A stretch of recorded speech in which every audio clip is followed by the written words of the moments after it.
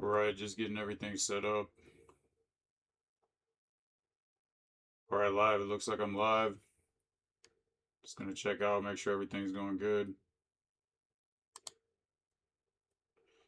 Got something new planned for today. Definitely getting to the next level with this. Definitely making a lot of progress. Feeling like I'm really not so much of a beginner anymore. So yeah, I feel like I've accomplished a lot already, and I'm still on phase 1. So the journey has just begun, and there's still a lot more. I'm gonna let you guys know what I built last time. Start out like I usually do about this time. So see right here, got the cloud compass, and this is a technical indicator app built for beginners, basically based on the Ichimoku cloud indicator. Ichimoku cloud indicator is an indicator that is basically shaped like a cloud. When you look at it, usually zoomed out from a larger time frame. The time frame I'm looking at is more set to beginners, and essentially, when I'm looking at this time frame, this is a year time frame. You can't see the whole cloud, only a portion of it. If I were to scroll out over, I'm gonna move my picture so you can see better. Yeah, if I were to scroll out, it would look more like an actual like full shape cloud. But you can see for this indicator, it also like goes into the future. And essentially, what I've done is make this beginner friendly so that it is something a beginner can use. I see value in it with basically any level of investor. But yeah, I went on beginner pain points for this, which is not understanding certain features of the cloud. And yeah, I'm going to show you how it works. You can put in a stock ticker right here. Right now it's showing NVIDIA, and it's right away, it's basically giving you a read that, I'm sure beginners would have to do a lot of research to understand how to read this kind of chart. There's two different clouds. There's a red and a green cloud, and then there's 3 different lines. So essentially, this reading is based off of reading four different parts to this one indicator. You got the price versus where the cloud actually is, and on this one we got a red X, so that means that's not a good buy signal. We got the TK cross, and this site would explain more what that is if you don't know. And we got a green check mark, that means that is a good buy signal. The future cloud, essentially the future cloud is green, got a green check mark, that means it's a good buy signal. And the rear view check, the current price is lower than 26 days ago, which is the dashed purple line. So momentum is potentially weakening, so that's a red check. So we got 2 red checks, 2 green checks on NVIDIA, meaning, it's kind of split, saying like it's better to wait, and it's not a very good buy signal.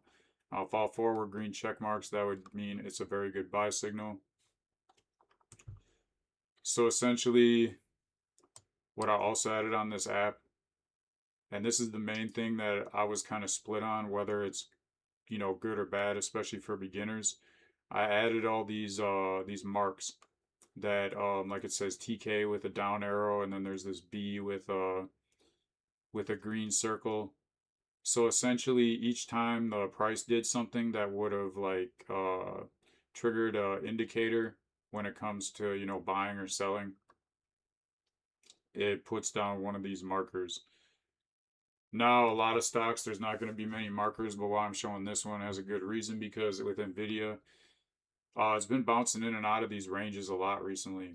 So you can see this is very good for beginners in the sense that it shows that, these aren't always like nothing in investing is certain. Like something like this can happen where it bounces around in and out of these indicators, and this is pretty common.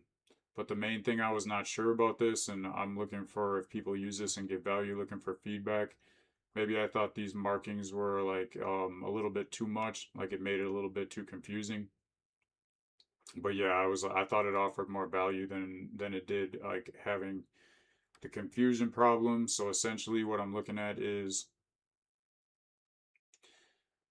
the most recent mark, cloud breakdown, price fell below the decision zone. So that's like a red circle. So that's potentially bearish territory, right? And that simply means it's more likely to go down from this point. So, yeah, you can kind of zoom out and see the whole year. And when you go down, there's a history check, which is basically like back testing. So looking back in the history, and this is a longer history I remember than the actual chart is 1 year, but the history check goes for 5 years. And essentially it's looking at where does NVIDIA spend its time in the last 5 years. 62% has been above the cloud, 12% inside, and 24 below. And then you've got like the average amount of days at a time it'll stay above.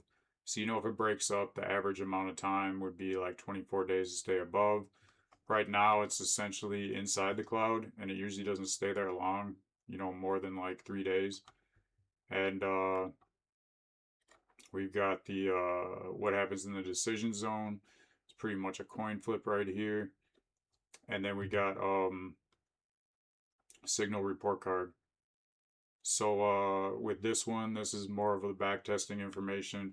Like how often does a certain indicator on this indicator, the TK cross, correctly predict the next 20 days? Over 50% of the time. With full alignment when all four signals agree. So this is essentially, this happened 588 times in the last 5 years.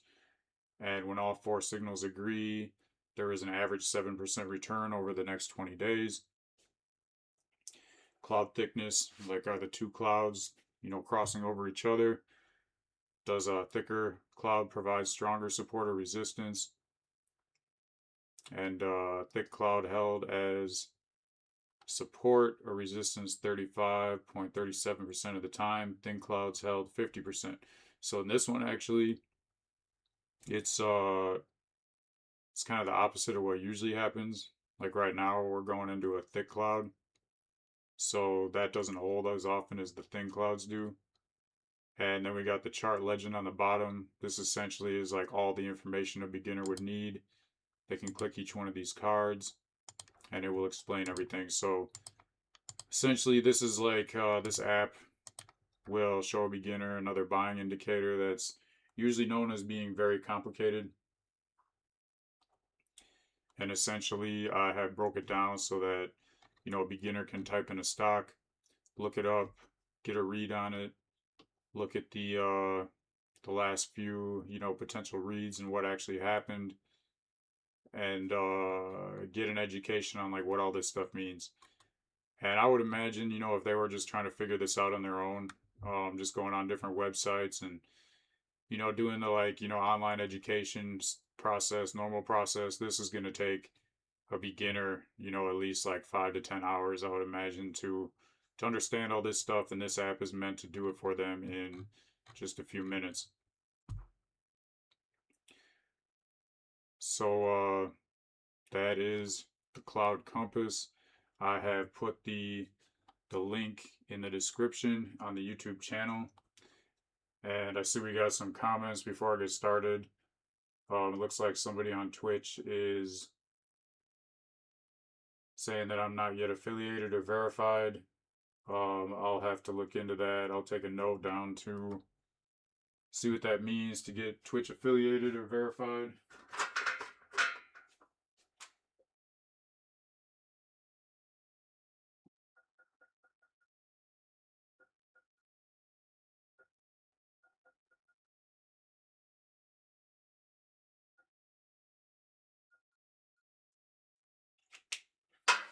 So I'm new to Twitch. I'm not sure if I'm affiliated or verified.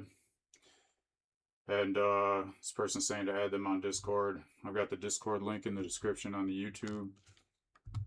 So yeah, I feel like no reason to put that here right now. So anyways, getting into what I'm gonna make today. And today I'm gonna do something more difficult. Well, seemingly more difficult than I've ever done before. I'm gonna find out.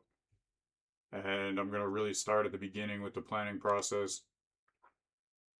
So essentially I'm gonna go to Gemini. I'm gonna start the planning. I'm gonna tell it what my overall idea is, and just first ask it, is it possible to do what I'm trying to do, what my vision is, and then I'm gonna go through, look at pain points, and based off the pain points, I'm gonna add the features, the main features for the app. So yeah, getting started with a new app for today. What I want to do is some kind of like paper trading simulator that's basically like in the past. So it'd be like going back to the past for a paper trader. And essentially what I want to do is make it so it flies through time quickly. So like most paper trading, it'd be like current time. So, you're trading with the market, and if you want to go through a year of time, it's basically going to take you a year of time to learn what you're going to learn in a year. But I think that, beginner investors essentially don't have a way to learn quicker. So I'm thinking that if I took time in the past from the stock market and just essentially set it up like, like it was the current time, so that the market only showed like that specific date and what happened before it, and people could look up stocks and go ahead and have like, say, like $10,000 of fake money and buy whatever combination of stocks they want. um they can just like buy their stocks and essentially click the button, and then it would take them to the next like month, and then they would see how those stocks performed over the next month, and they could either buy or sell more based on what they have. And it would simulate essentially a whole year, and a person could do that. I don't know what it would take, like 10 to 20 minutes to get kind of like the whole education that it would usually take them a year to get on a normal paper trading site. So essentially, after that, I'd also like to add some features like coaching. Like this could kind of like read a person's like investing habits, and looking at a beginner, offer them information based on the decisions that they made over that fake year like span in time. And there's some other features I was thinking of adding too, but that's essentially like the main idea. So I'm going to start with the Gemini process, just like the research process. For today, I want to make an app that is paper trading for beginners, and I want it to be so it's like going back in time. So essentially, normal paper trading apps, they look at today's date, and then you just basically like trade based on where the market is. But to get a year's worth of data for a beginner, it's going to take them essentially a year to get that data from buying and selling paper trading. But what I want to do is like go back to an undisclosed point in time in the past, essentially, so it's not saying like what date and what year it is, so the person can't go and look what actually happened and cheat. At least it'll make it a lot more difficult because it'll just be a random spot in time. And I want it to be so like they can have, let's say, like $10,000 of fake money to paper trade, and essentially what they can do is they can do trades each month and build up a portfolio over a year, which they could just do essentially in like one sitting. It would only take them like, it shouldn't be more than like 20 minutes if they do it fast. So essentially, this should give them data of, how they did over the course of a year in just like, one session if they want to. And then what I'd like to do on top of that is, do some kind of analysis that can tell them, like what their trading styles are, like what mistakes they're making, what they're doing right, and essentially like rapidly cut down the time it would take to get that same information from like a normal paper trading platform that uses the current time. So the first question I have is, do you think that this is something I could build with Claude Code?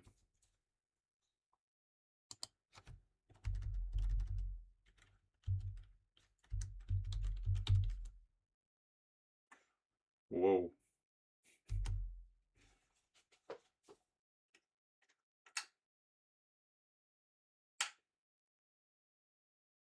Okay. All right. So they're calling it a time compression trading simulator. Instead of the slow real-time pace of trading traditional paper trading, I would be creating a high repetition training room for the brain. It's essentially what it is. So to answer the first question, yes. I should be able to build this.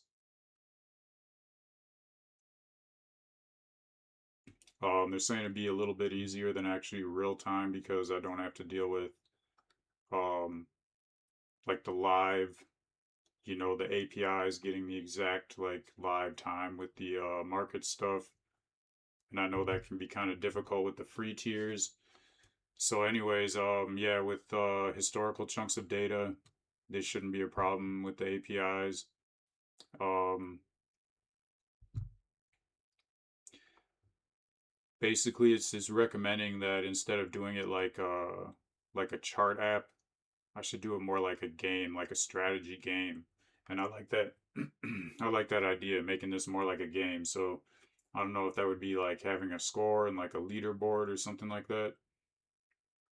But here's their recommendation. Have a blind date selector, picks a random 12-month window from the last 20 years, and then use random math function to offset the start date, the stealth ID, take away all the dates, years, and company names. If I want from the chart, I still want to have company names. Mask the x-axis labels to show month 1, month 2, instead of like, January 2018. The 20-minute blitz. Users click next day or next week to progress time instantly. Simple state machine in React that reveals the next batch of data candles on click, and then a post-game analysis. So AI is going to compare the user's trades to the perfect trade, and Claude can analyze the trade log and give a personality score. So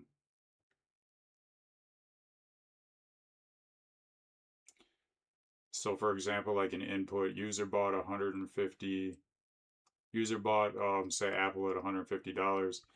Price dropped to $145, and if the user sells immediately 5 days later, price was 180. Like, this is just an example. Claude's feedback when that happens: you're reacting too strongly. Um, you exited a winning trend because of a 3% correction. Work on hands of steel metric. So I'm seeing what it's doing, and it's trying to like trying to use indicators, but I think that this is not going to be any indicators. So I'm going to go over what it's told me so far and let it know where I want to make changes. All right, I'm going to go over what you told me so far and let you know where I want to make changes in regards to what my vision is. So I like the blind date selector. Pick a random 12-month window. And with the stealth UI, the only thing that I don't want to strip is the company name. Like, it should still be buying like real stocks, and you should still be able to look up like, any stock basically from that time period, and it'll show the price during like that day and time. So essentially, I like how it's, for the chart, it'll just show like month 1 and month 2 instead of the actual date. And I like the way the users can click.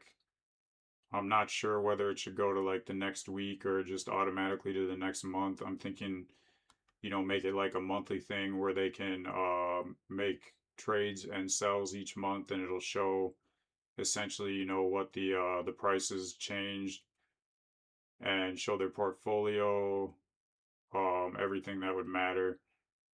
I can get more into that later, I guess. And then I like the post game analysis to make it more like a game. However, I don't want it to be any kind of like indicator languages because this is for beginners and I don't plan on them using indicators. They can if they want, but I want to keep the language simple so it's not based on indicators. It's more based on like, mistakes that they're making and things they're doing right so that they can get better in the future.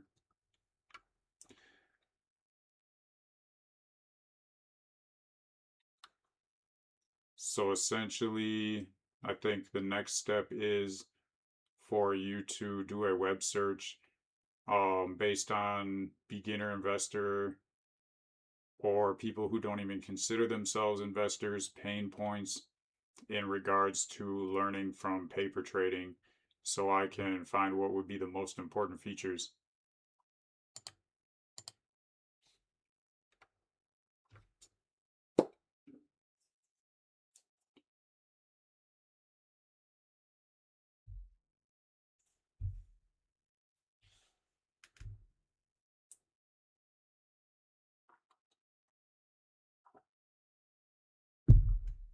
So not only are most paper trading apps essentially just calculators with fake money, um, that are looking at the current time frame and they're going to be moving very slow to learn. They definitely do not actually teach like the psychology of investing, which for a beginner, I think this is more important than understanding technical indicators and putting those on the map. Of course, all my technical indicator tools are available in the description. So they could use any of those if they wanted to, but this is going to be more of a tool for psychology. So I think that's a good thing for like the name of the app to make it like, the main function or the main I guess pain point it sounds like this is going to solve is going to revolve around investing psychology. And that's something that usually would take a long time to learn, except I think this app would solve that problem. So there's a pain point called the boredom trap. Real paper trading takes months to show results. Beginners get bored and start gambling to see action. And this is something that happens with real money too. So essentially, it would take a full year to do what I'm planning on being able to deliver in like 20 minutes. And there's a hindsight bias. Beginners see a chart and say, I would have bought there, but they wouldn't have in the moment, right? So essentially, like one of the main things about like investing is you can look at a chart and it looks like it's very easy to do when you look at the past, but then when it's in real time, it's a very different story. So by hiding like the day and the year, they can't cheat with their memory of the news. Um, a loss aversion, a 2% dip feels like a disaster to a beginner. They sell at the bottom because of the red candle scares. Yeah, that's like a psychology thing that beginners don't really know about until it happens to them. So they can't really like learn from their mistakes until they make them. And that's pretty much like the point of this app. And we got FOMO chasing, fear of missing out. Beginners buy after a stock has already spiked 10% in a month. And that's a very common thing, a late entry. So essentially, if people are doing that, most beginners won't even understand that like that's something that they shouldn't be doing, but it's like one of the first beginner mistakes and it would call them out for that or let them know like what they're doing and how to solve it in the future, and it would figure that out if they have that issue in 20 minutes or less instead of a year. So for the logic game, for the game logic, like the game aspect of it, what they're recommending is like a month by month pace. Instead of a live moving chart, which causes panic, the user sees 1 month at a time. They make a decision, buy, sell, or hold. Then they click next month. then they get the results from a month later.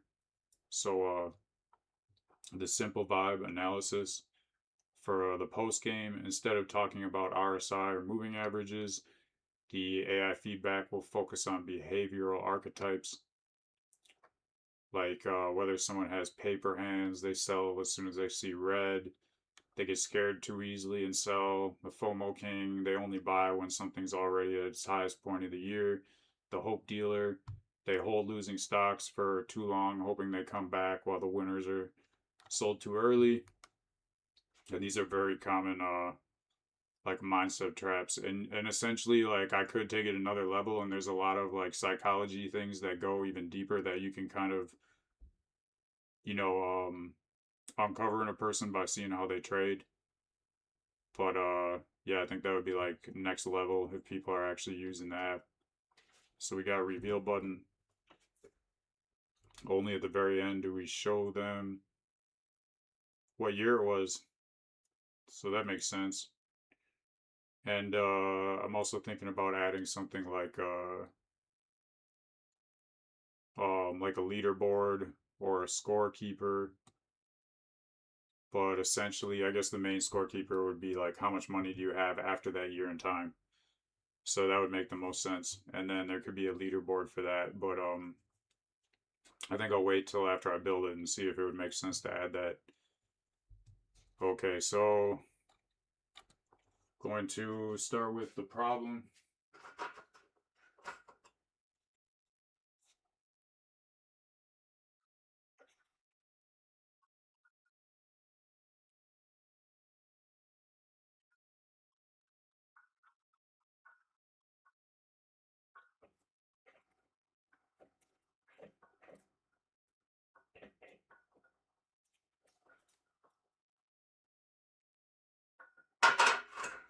So the main problem here is that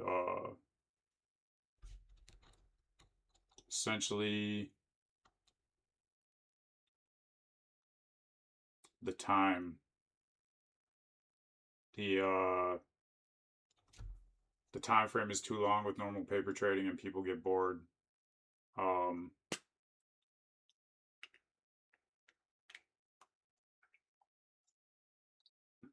okay.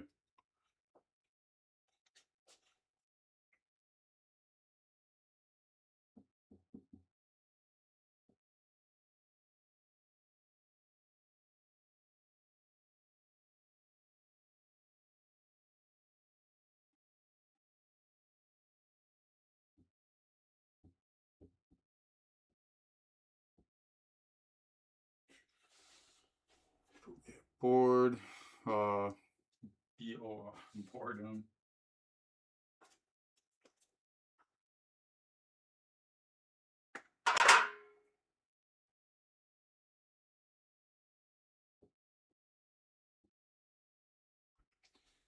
So the solution is to have basically go back in time.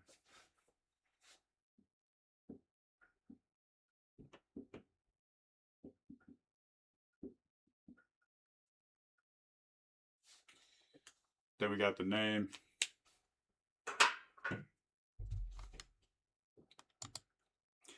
All right, help me find a name for this app. Essentially, I'm thinking like I want it to be something catchy. I want it to be something that implies that it's fast moving and also deals with revealing trading psychology. So start with giving me 20 different names.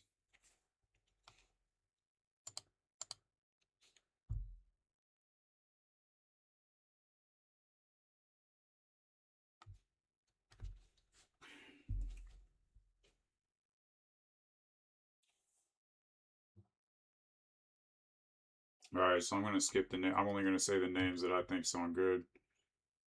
Warp Trade.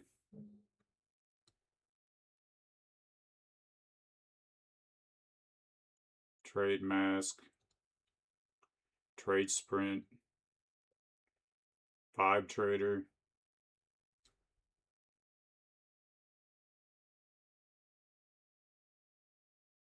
Trade truth. Okay,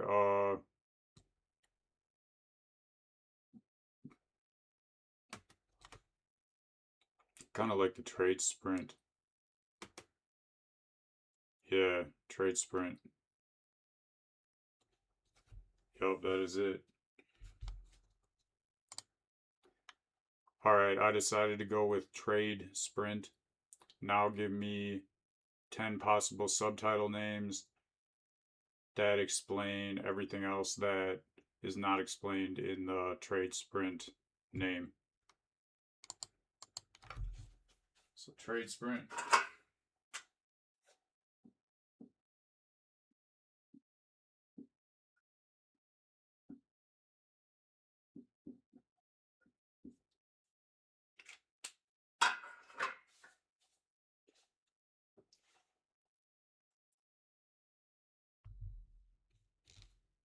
Decode your trading DNA in 20 minutes.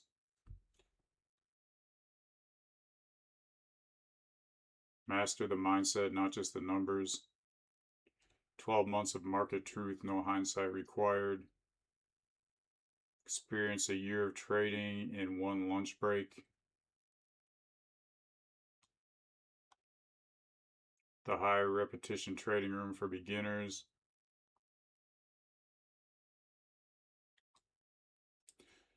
Okay, so I would have to say I like experience a year of trading. Just not the one lunch break part. So, but it doesn't say anything about like, you know, it's gonna help you. It's gonna have any kind of like coaching basically. So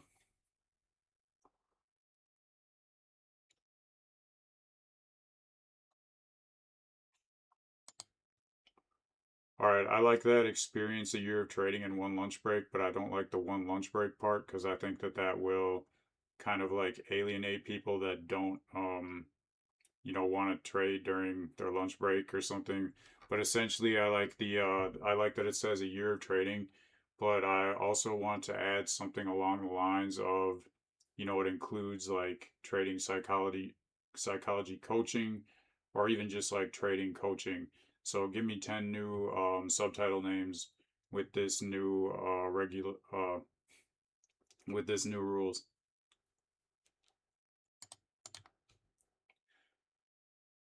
Yep, I'm seeing the vision unfold right before my eyes.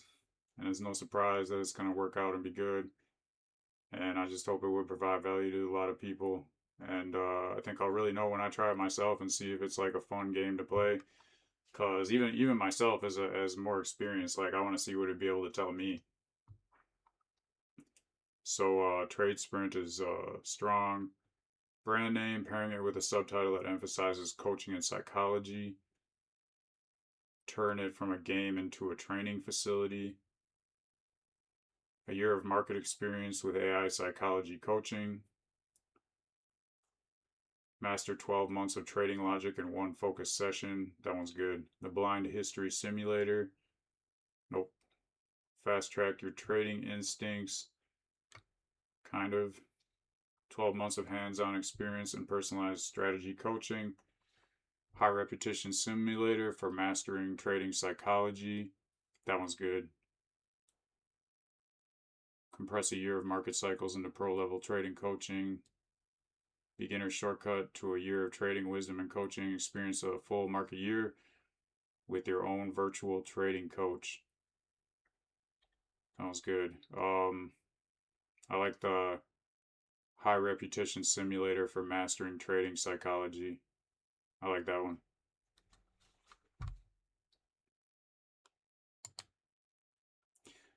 I'm going to go with the high repetition simulator for mastering trading psychology.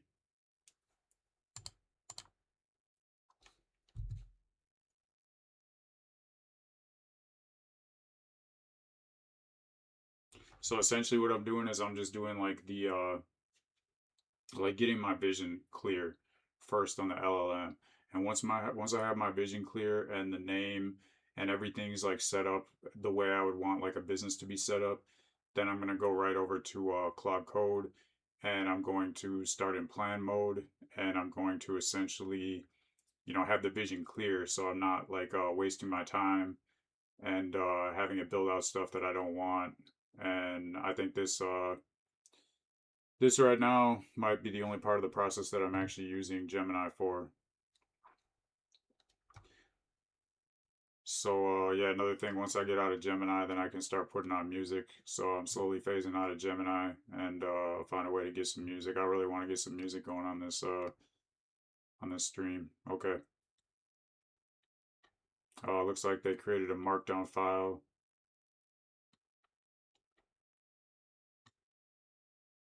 Upon start, the app picks up a random 12-month historical window.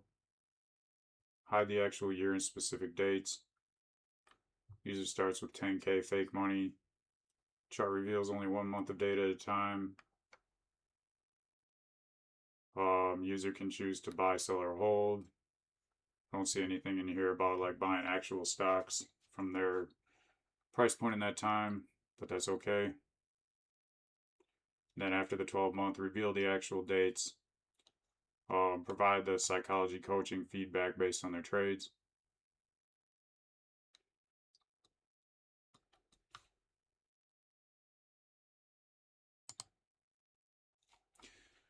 All right, reading that markdown file, most of the stuff looks good.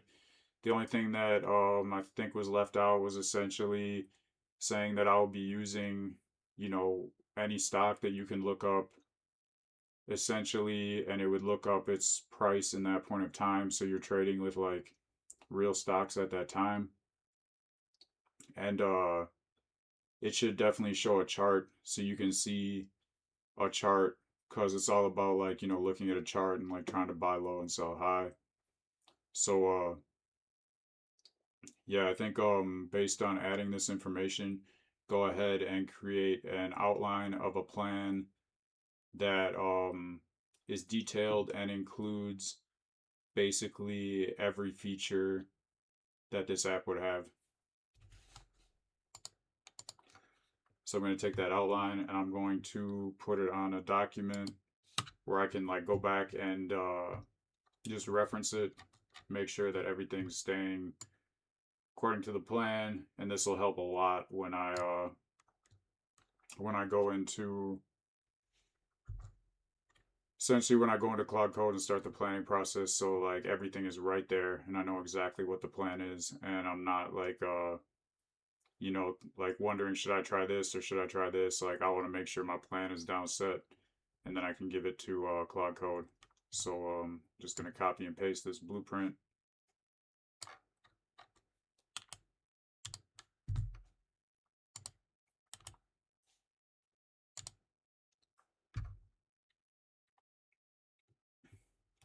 Okay, so we got the randomizer. It's for a random start date. The stock fetcher. That's the integration with the financial API. I want to do a mock data first, a data transformation function for the stealth layer.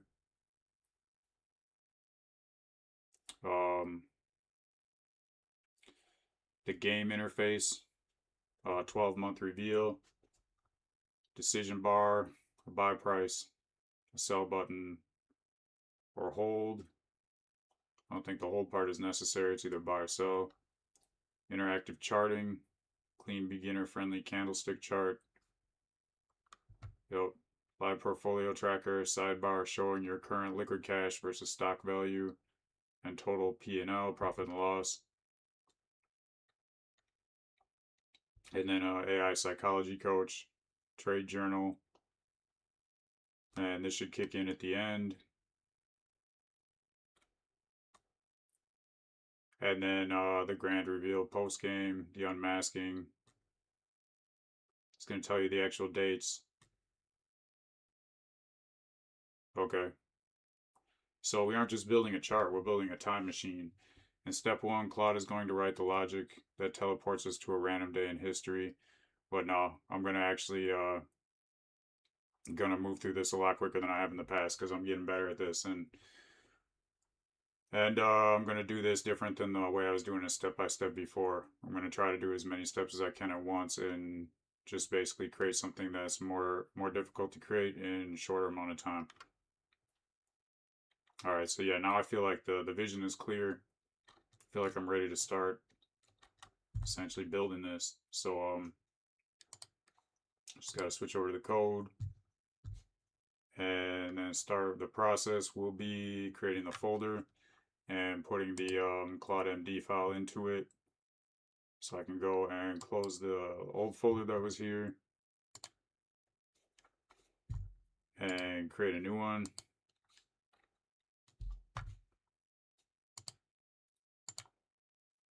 This one is called the Trade Sprint.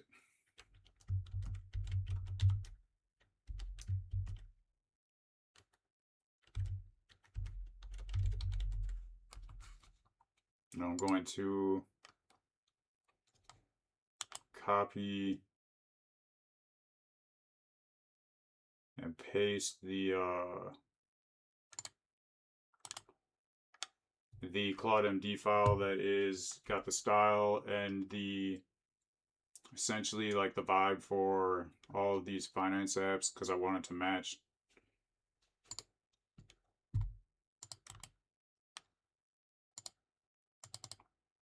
So yep, I got the Claude MD file in that new folder now, and I can just take that folder, put it right into Claude, and then I gotta go start up Claude with terminal.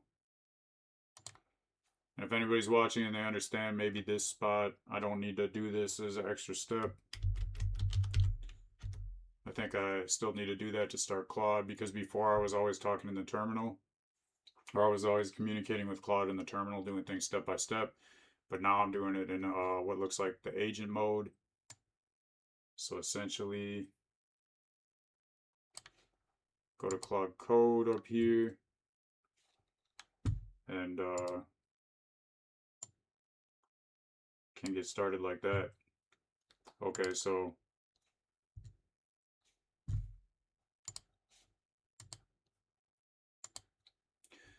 all right, I'm going to build this in the agent mode.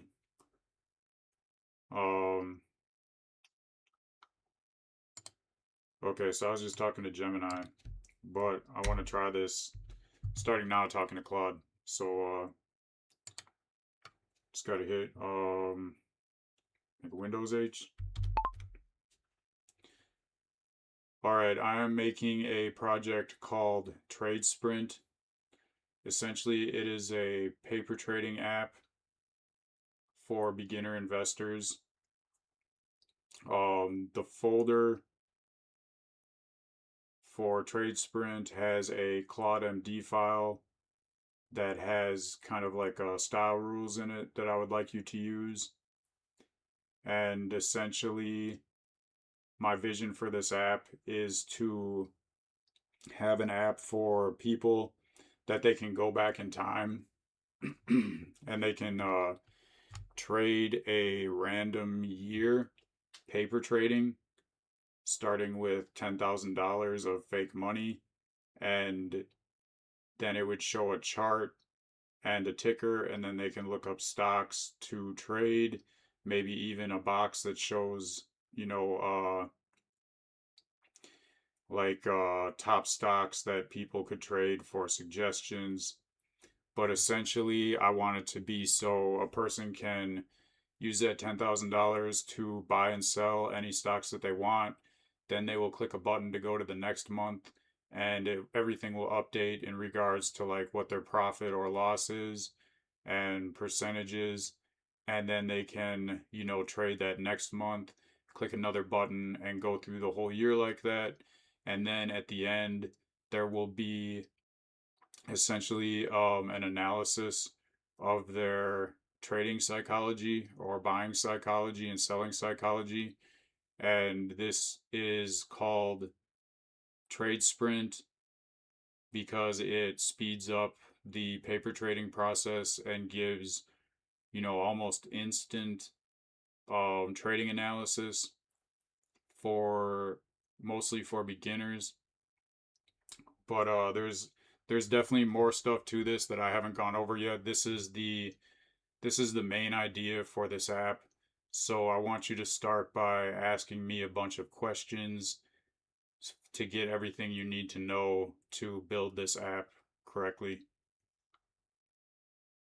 So I guess go into plan mode to do this part.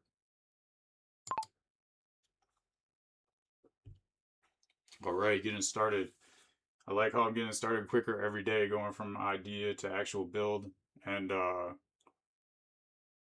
I think it won't take too long before I'm just like barely using the LLM at all. And I'm just almost exclusively using this Claude Code chat. I like this way better than the terminal I was using. I just did this for the first time for the last stream, and it really like this. I think more than anything that I've changed has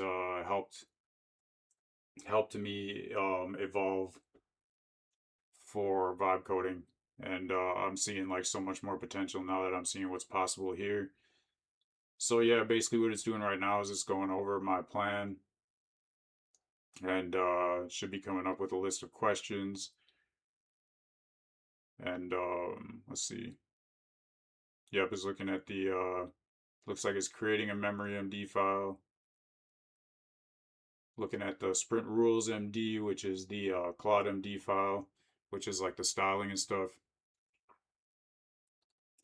So it's saying it did that stuff first. It created like another file and looked at the original file I gave it, and now it's asking me questions. So what tech stack do I want? Gonna go with the same one I've always been using. Data source, where should historical stock price data come from? Let's see, they got Alpha Vantage, which I usually run into problems with. So I'm gonna go with Polygon. I believe Polygon had a longer the free tier in Polygon has longer historical data.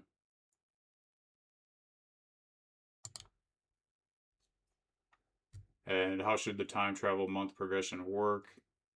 Random year assigned, and the user doesn't know which year it is. Yup, that is right. Should this be a purely client-side app or have a backend?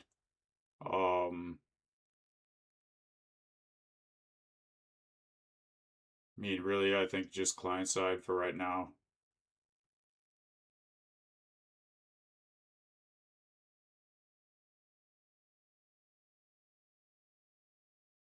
But yeah, I'm seeing they got a recommendation too for client plus simple backend. So that's if I had user accounts later. I'm gonna try that to just make things more difficult and add extra features than I have before. And then there's also full stack server side routes for API calls and potential database for saving game sessions. I think that's something I could add later. Okay. So it's inferring. It's gonna look at the gameplay feature details right now and hopefully ask me more questions because I feel like there's still more that I want to tell it. Yeah, awesome. So when the user is in a month, how much info do they see about each stock before deciding to buy or sell? Chart plus basic stats. That's what I'm thinking. So stop overthinking it. Yeah, we got some help from the comments. So yeah, it looks like I could be overthinking this too much. As an outsider, I feel like you probably see it better than I do. So I'm not really sure what part of it you think that I'm overthinking.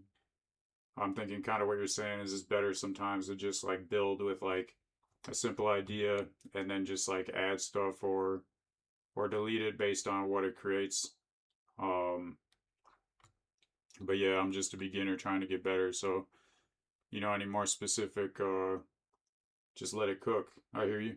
Yeah, so I'll just go with like just the basic, what it recommends.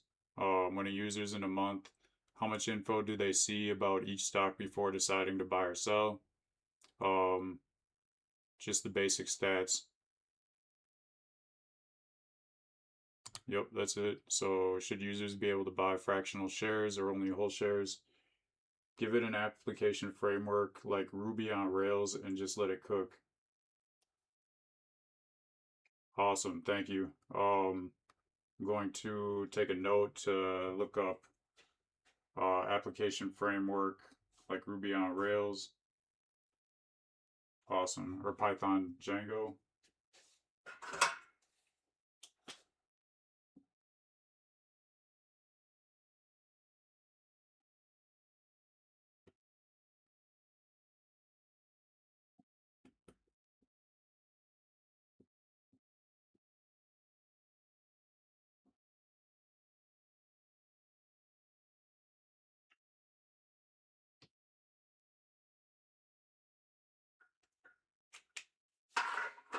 Awesome, thank you.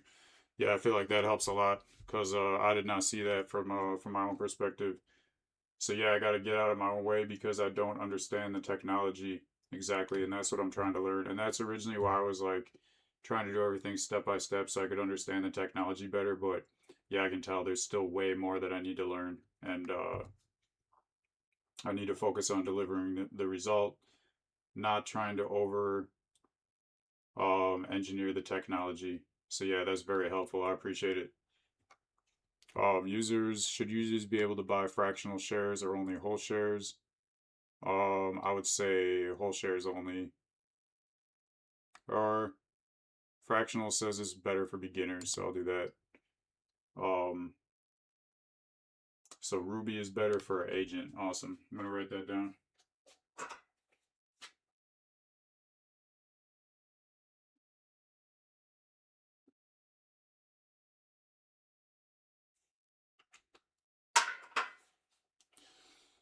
Yeah, I love this journey. Still learning from the beginning. So much more to learn.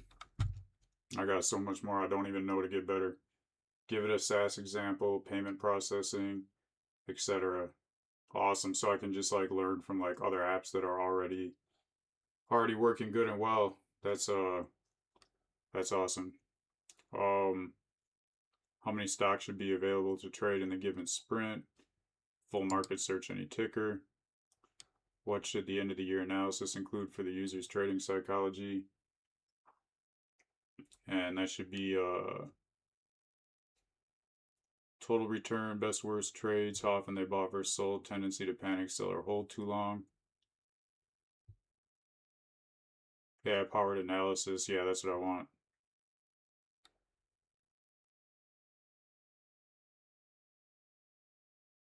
That's definitely what I want. Okay. So yeah, definitely learning incrementally. In some ways it seems like, it's going quicker in certain areas, and then in other areas I'm still finding out there's still so much I don't know. Um so you think the best thing to do is just focus on seeing results. Um yeah, I could I hear you burning out, going too slow.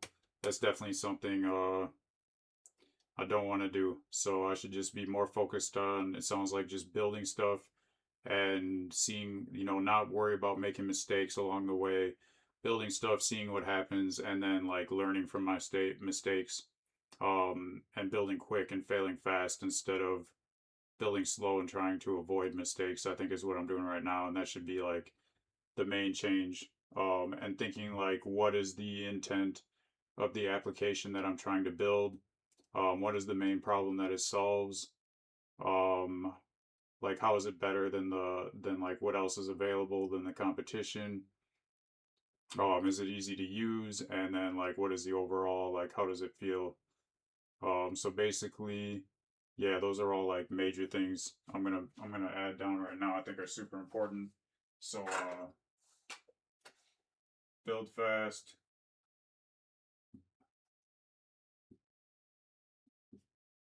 and fail fast.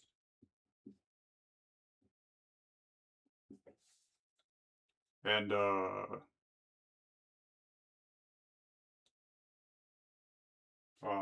focus on results.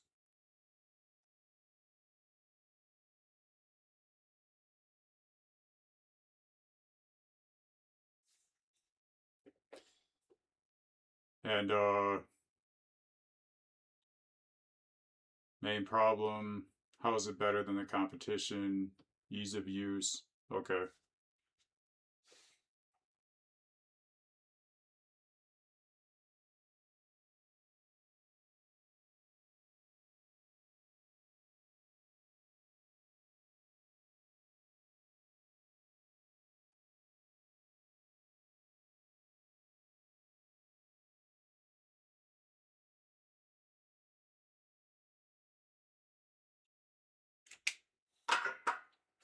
Awesome. That was very helpful. I feel like that was like the education I needed for today to get to the next level. So yeah, that's awesome. I'm gonna like meditate on that stuff before the next stream, and I think this will cut down like the planning part of the process and get me like straight into building, which hopefully people on the stream like that more too, because yeah, I'm not really sure like what people's favorite parts of the stream is. Is it like me going through the business process or me actually building? But if I had to guess, I would say that it's me like actually building stuff and running into problems and fixing them. So what should be the main layout look like during a trading month?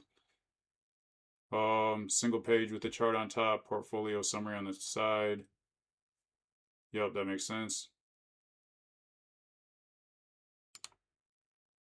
Should the year data be hidden from the user to prevent them from cheating with hindsight knowledge? Yes. Do I want a landing start screen before the sprint begins?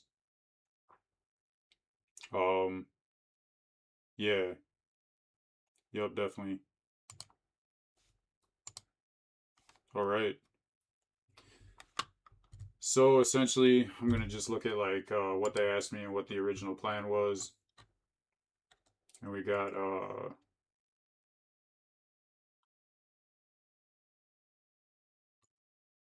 see, okay, more questions. So for the suggested stocks section, what should drive the suggestions? Um,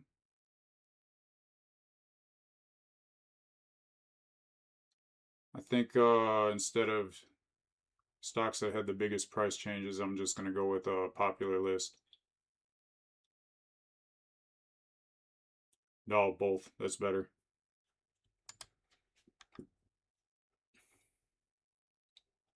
For the AI powered and analysis, which should generate it. Um, Claude.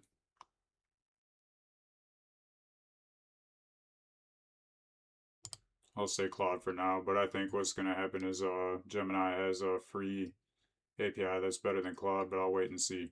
Should the user be able to save replay past sprints, or is each sprint a one-time thing? I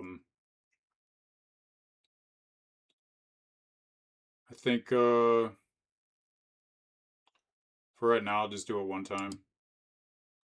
Should the chart library be lightweight or feature rich? Lightweight.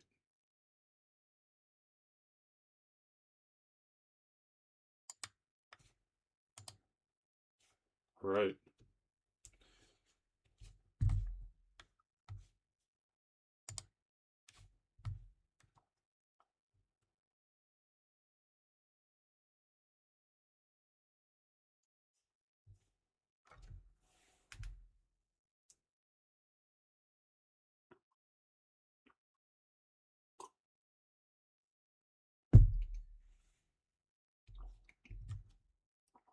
But yeah, this is so awesome. Like in the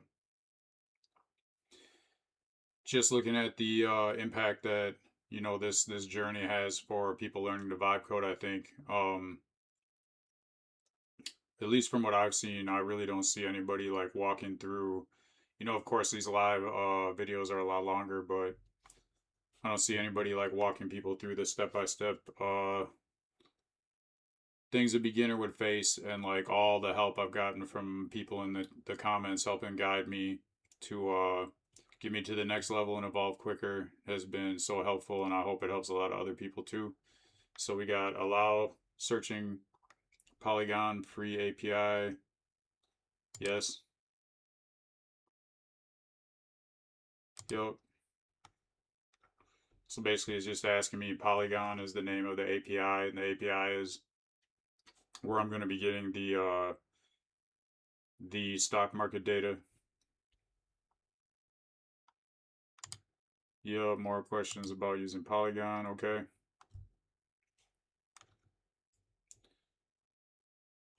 And it's churning, so I think maybe, nope, more questions. More about Polygon.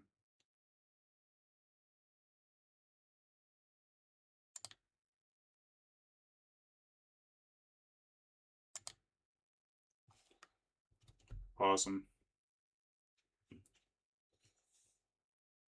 So yeah, there's so much more to learn. And yeah, I definitely feel like in a way I was getting like, you know, a little bit too like overconfident that I'm like figuring this out way quicker than I thought, but I very, very much am trying to stay humble throughout this process because I know that, you know, I'm starting from beginner, and I mean it takes people like years and years to get good at coding. So this will definitely, like, you know, vibe coding, now that it's available, should cut that process down drastically, but there's still so much more that I need to learn, and really my goal is to get better every day, and try to implement something new every day that I haven't done before. So last time it was using this, getting out of the terminal, doing more of the planning and interacting with Claude itself, starting to get away from using the LLM. Um, and this time I'm creating a app that is like way more detailed. I feel like if I would have had this same idea maybe a couple days ago, before I started using this different version of Claude Code, um, I would have felt like there's no way I could get this done within, like, you know, 8 hours. Like, even if I worked on it straight for 8 hours, I wouldn't be able to get it done in time. It would be too long for like one stream or one session. So I wouldn't have done it. But now that, you know, this has opened up new doors as far as like getting a lot more done quicker and doing things multiple steps at a time, I feel like now this is possible. So yeah, there's a lot more still levels to this that I know, like things I want to build in the future, that I still feel like, you know, I wouldn't be able to build yet. And yeah, I really, really am grateful for this opportunity, these tools that exist, and essentially being so early. So I know like all these tools are gonna slowly improve and evolve. Well, probably not even slowly, like way faster than, like, you know, technology has improved in the past. So basically, understanding this now, I think, is going to give me a huge head start. It already has, and just it's going to be super exciting to see, you know, where this technology is in a year from now. I'm guessing. I'm guessing it'll be something where I won't need to use something like VS Code at minimum. Like, it'll just be like a regular website that's more interactive, easier to use, and probably move a lot faster.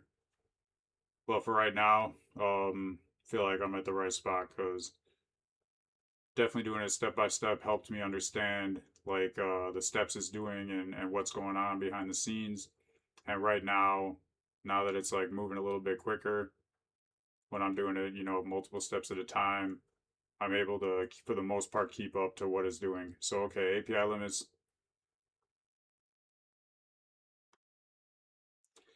So essentially, um, what I want to do because of this, so it's saying that Polygon only allows 5 API calls per minute. And what I want to do is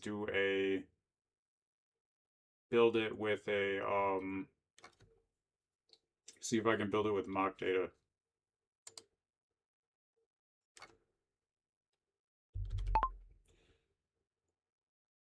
I'm wondering if it would be possible to build this with mock data first, and then when it's done, then implement the API so we do not run into problems of essentially running out of the free tier calls during the build.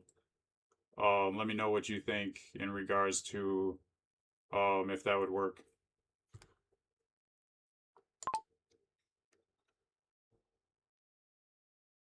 Yeah, so this is going to be interesting. I think it should work.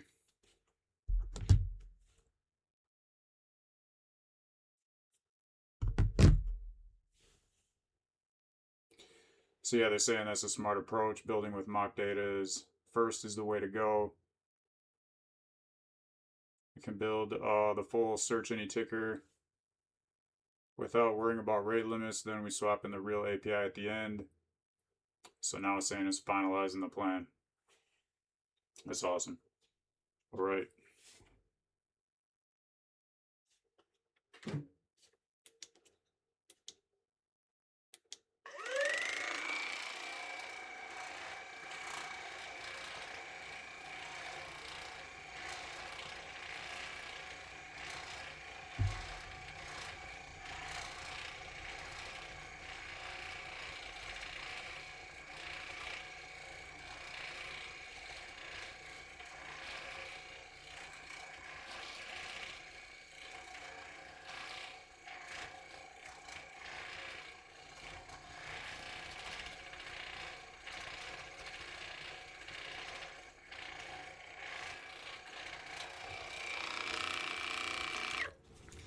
All right, so I'm going to review the plan, see if I think,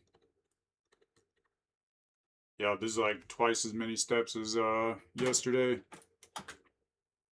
Okay, so yep, step one, yes.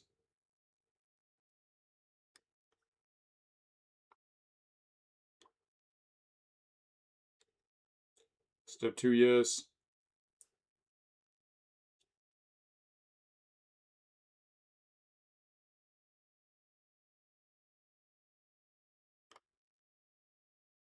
Step three, yep.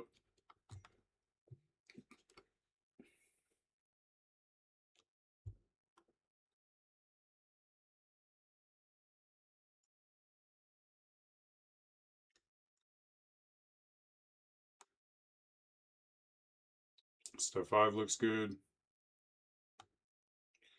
So the game store is the core of the app.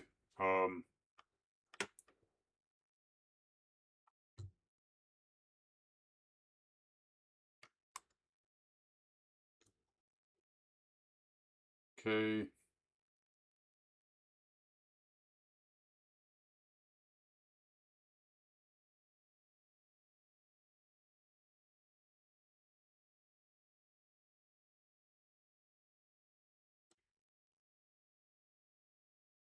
It's adding stuff like trading tips that rotate.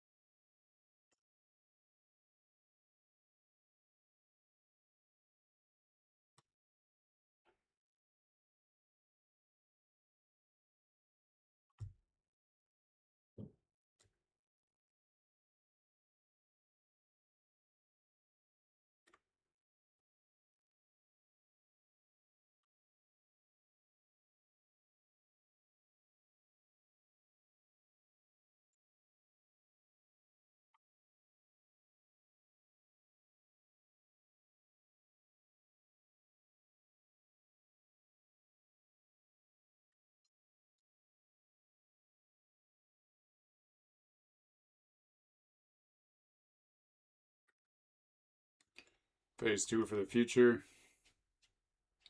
So after it builds all this, then we'll use the real API. Then it'll create stuff that goes with the real API.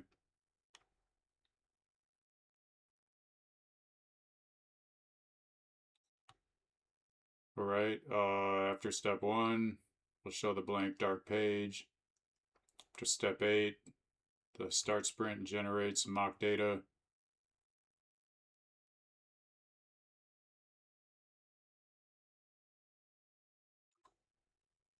All right, yeah, that sounds good. I'm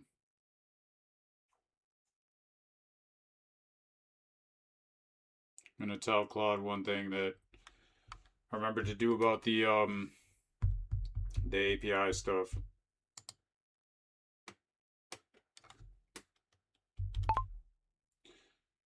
Yes, I like everything about this plan. There is only one thing I noticed that I wanted to mention, that you have next public in front of the API keys, and I'm doing this on a live stream. I do not want these API keys to be public, so do everything you need to do to make sure that the APIs are hidden, and do not list the API keys anywhere other than the secret file that it is in. Everything else is good, and I agree with this plan. All right.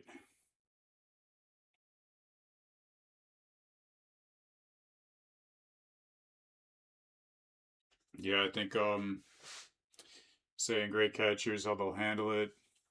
Uh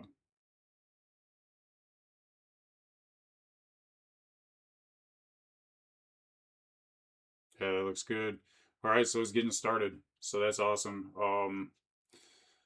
Feel like I'm yeah, reducing my planning time each time and getting better results.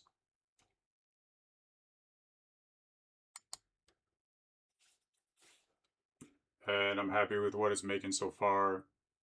Feel like it basically aligns with my original vision.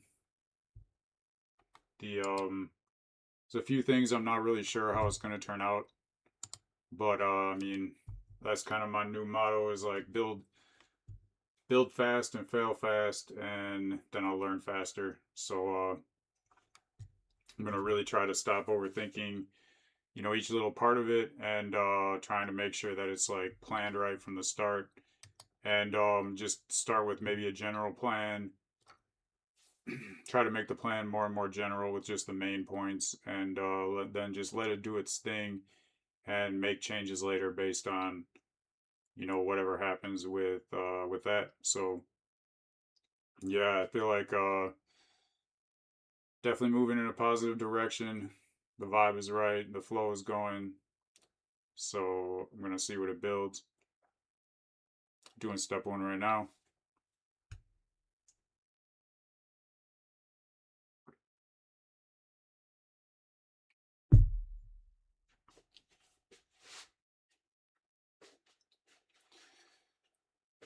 Yeah, so essentially it's gonna be interesting to see how long this takes, because I'm used to like doing things one step at a time, and then it only work for like maybe like 1 to like 3 or 4 minutes, and it finishes the step, and then I check it, and then I would like go and make changes based on that step, or do the next step and keep referencing back to like the original plan that I created. But yeah, I definitely see the value in doing it this way better. And also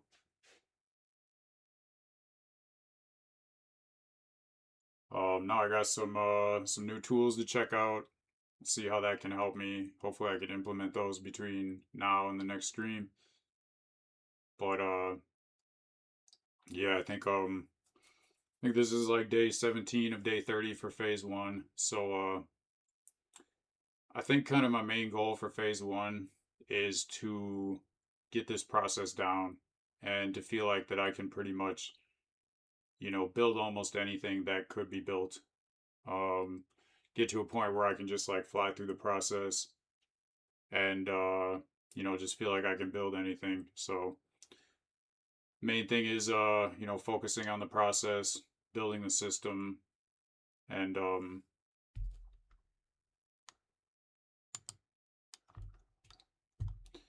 learning what's possible.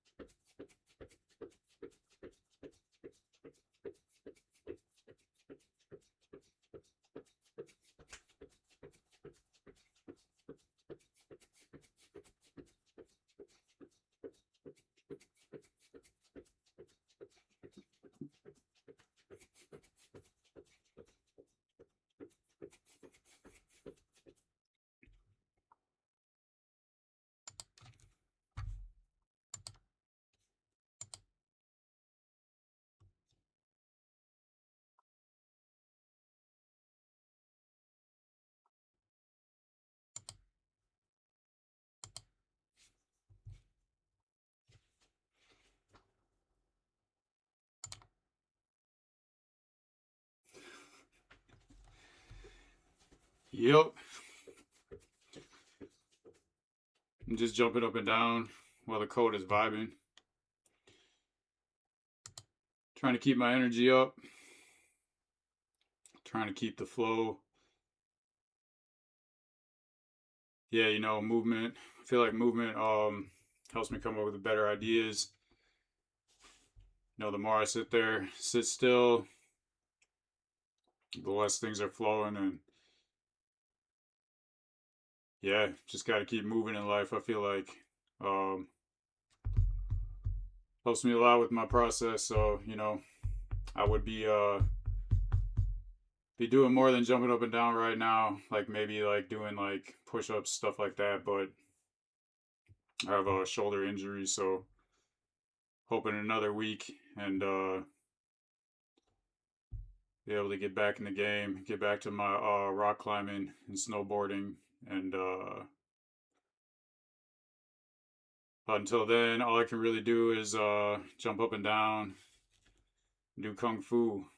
But my current setup, I just don't have enough room for kung fu. That's actually one of my goals, is to increase my setup space so I can start doing kung fu while the Claude is cooking or channeling or whatever, discombobulating, whatever analogy it decides to use for creating. So yeah.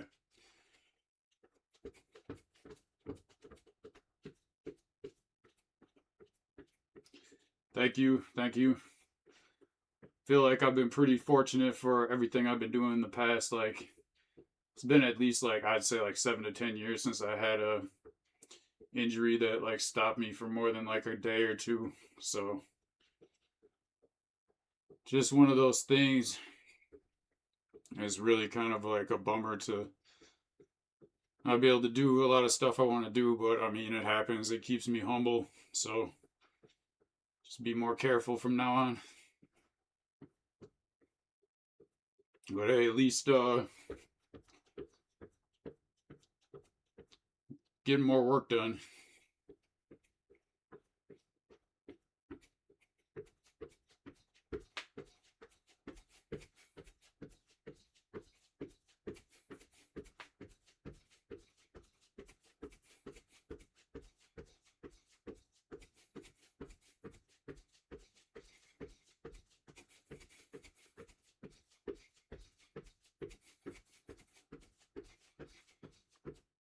All right, now the big chunk. Step 10 through 15, all the dashboard components.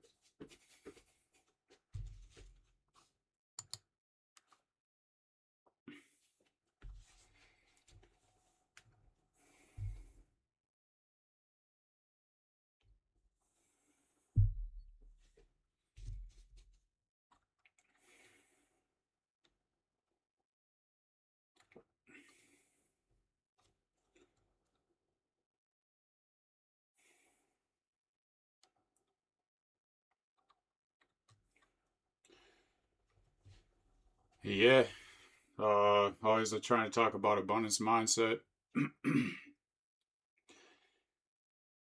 You know, that really helped me to think of life and think of pretty much everything in regards to like energy and vibes.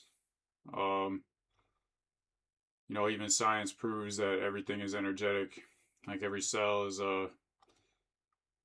vibrating on a small level. Everything's moving off of energy. You know, vibes you have as far as like mindset affect that energy. And I've been learning from a lot of people throughout the years. Been covering like the last few streams I've been covering Bob Proctor, Abraham Hicks. Today I'm looking at doing some advice from Wayne Dyer. So no, I guess I'm engineering software right now, but I'm not a software engineer. I'm a beginner to this. Essentially, my background is an entrepreneur. I've been building businesses for about 15 years, and let's see, about a month before I started this stream, I started learning about vibe coding.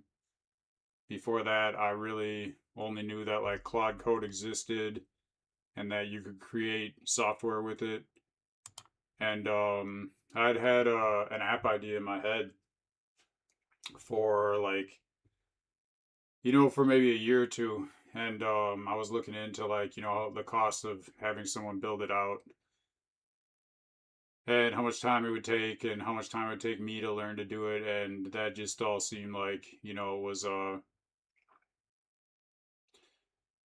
was something that wasn't really easy to do. So I kind of put it on the back burner. And then, yeah, essentially I found out more about this vibe coding and I was like, okay, well, this can make my idea into reality. So I did it, and I tried making one very simple app. I made it pretty quick. I mean, it looked horrible and it didn't really do much at all. And then I basically spent like a couple weeks just like asking AI, going back and forth about vibe coding, how to do it, stuff like that. Um, Gave me like the very basic information in regards to like different programming languages, how vibe coding works, stuff like that. And then I started the challenge after only creating like one app. So I'd only created one like extremely simple app before I started this challenge. That only took me like, probably like half hour to make. So once I started this challenge, I was like basically beginner. And definitely come a long way. And in some ways I feel like I've made a ton of progress, and I have, but in other ways I feel like there's still a lot more to go. But that's why this is so awesome, because it's like a journey, and I'm way more enjoying the journey. I'm sure looking back I'll enjoy the journey than actually like reaching the goal. So how is the experience with vibe coding? Do I feel like I should learn stuff, or does the agent handle everything smoothly? Okay, so I'm definitely changing up my flow right now, and I definitely feel like I should still learn stuff. I want to be continually learning and getting better. And even today, like I've been very blessed to have a lot of people in the comments help me and offer me advice and see where I'm getting stuck and see where they could help. So before I was doing things really step by step and going in between like an LLM, like mainly Gemini, and having Claude do things one step at a time. And even before that, I did Cursor instead of Claude, and it was like way more difficult, but it moved slower, and I was able to understand better what was going on step by step. And now I'm like reading what it does still every time for the most part, and I'm getting more and more able to understand what's going on behind the scenes, like what it's doing in each step. So I just changed my workflow to essentially what I'm doing now, which is like just doing the planning process and having to do the whole build pretty much at in one run, like it just did. So yeah, I guess let's see. The best way to answer your question is yes. I feel like I'm always going to be learning stuff. The agent handles most of it smoothly. The main problems I've had so far with problems with the agent, like giving me bad information, have been in regards to API keys. So that helps because I've been doing like all finance apps, and there's a bunch of different finance APIs. So I've gotten to try most of the main ones, and they're all a little bit different for the free tier. They're all a little bit different in regards to like the charts that they create. And in the future, I'd like to monetize some kind of finance thing in some way. What I'm building right now, whether it's individual apps or I like kind of link them all together. And I have other ideas for like the future of kind of like building finance stuff. But essentially, yeah, I would say that those problems have helped me a ton in understanding different APIs. So when it is time for a paid API, I have a much better idea. And yeah, like I'm realizing today too, thanks to help somebody in the comments, that I'm kind of moving too slow and I could speed it up. And that's a really good idea. So now I want to build faster and fail faster, and then that way I should learn faster. And I feel like I'm ready to, I guess, like take off training wheels and really just start moving and cruising, and trying to learn something new before each stream to increase my process and understand everything better and make everything better, make the apps better, and um also move faster. And yeah, I've got so many more ideas, like what I understand to be possible now. So yeah, this is definitely an awesome process, and it looks like I'm ready to check out what I got so far. So this is going to be checking out the first step of this app.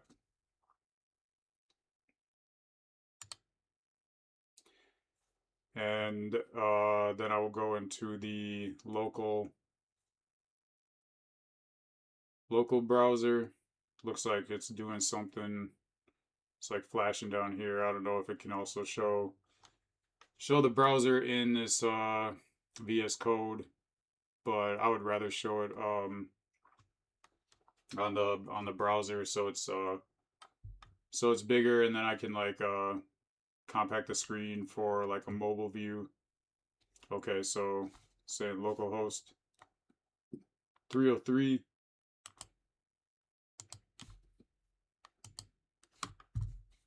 So I'm going to go to the browser and check it out, what it's done. Awesome. So the trade sprint, learn to trade with $10,000 of play money, no risk, real lessons. Start with 10K, you get 10,000 of play money to invest however you want, no real risk involved. Trade for 12 months, buy and sell stocks each month. You won't know which year you're in, it's a mystery. Get your analysis. After 12 months, AI reviews your trading style and tells you what kind of trader you are. That's awesome. So, month one. This is going to be interesting. Okay, so like it's saying popular stocks. Maybe I wanted to click so you can show it's not showing me a chart, and I think that's because the API data isn't in yet. Essentially, yeah, I can click on these and it'll show like those stocks. And like I could search for Apple.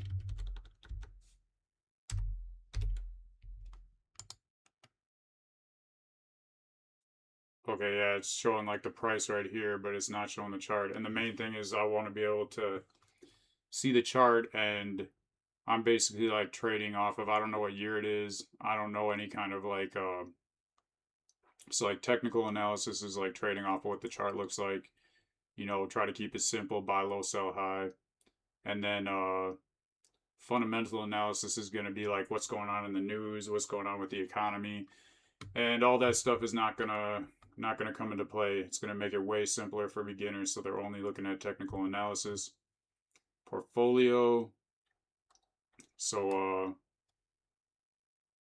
just to make this simple, I'm just gonna buy like 2 stocks, see if it works. I'll buy $5,000 worth of Apple and $5,000 worth of another stock, maybe Nike.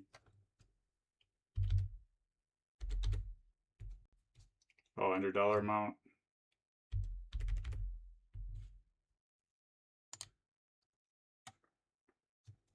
Okay, and then I'll do Nike and buy 5,000 of that. And then advance to month 2. Okay, profit, I'm up about $500 after month one. Yeah, I can't see the chart, so it's really hard to make decisions. So I'm just kind of like running through this. Let's say,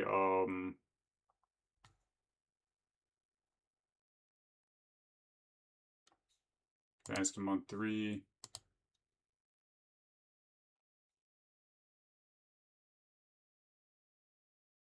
So notice the portfolio is not showing like it's not updating. It's the only real problem I see so far, other than like the chart not being on it yet. But it should be updating like what it is, I guess what the current price is, but everything else, I mean, it seems like it's looking good. Advance to month five. I'm up 3,000. Looks like it started to go down a little bit. So maybe I decide to sell. Okay, Apple's staying up. Nike's going down. So let's say I um sell like 3,000 of Nike.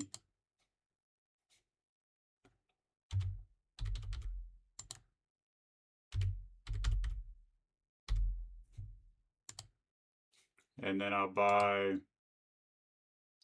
it's a good one. How about AT&T?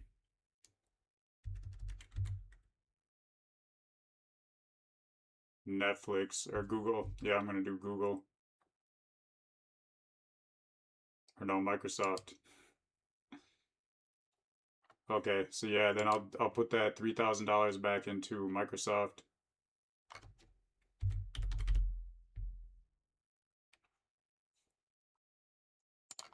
I want to buy. Okay, so now, yeah, it should show somewhere too. I feel like it should show essentially like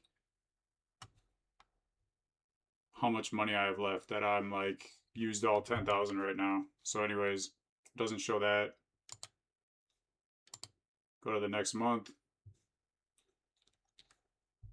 Oh, I'm down 5% now. And like I can't tell really why, because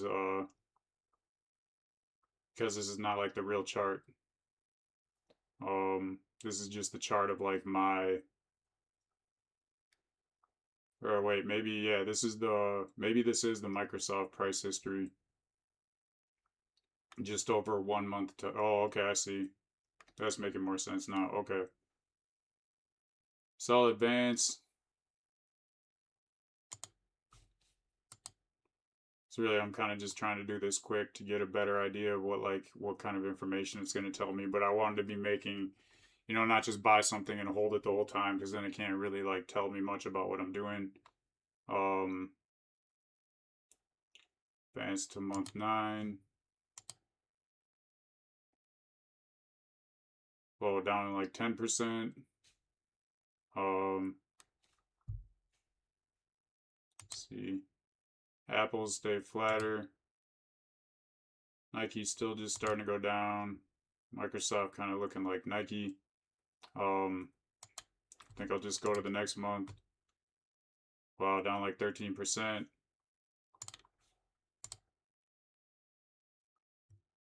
Down another 10%, but I'm still up overall. Advanced to month 12. So I ended up being up like $5,000 after like the first 2 months. And ended up after 1 year, after only being up about $1,800. So see results. And it hasn't built that part yet because it needs to implement the LLM API. Awesome. So this is, I can tell, like all my other apps were just like one screen. This is doing a lot more. The main thing I want to add to tell Claude is that it's not showing like out of the $10,000 how much is available.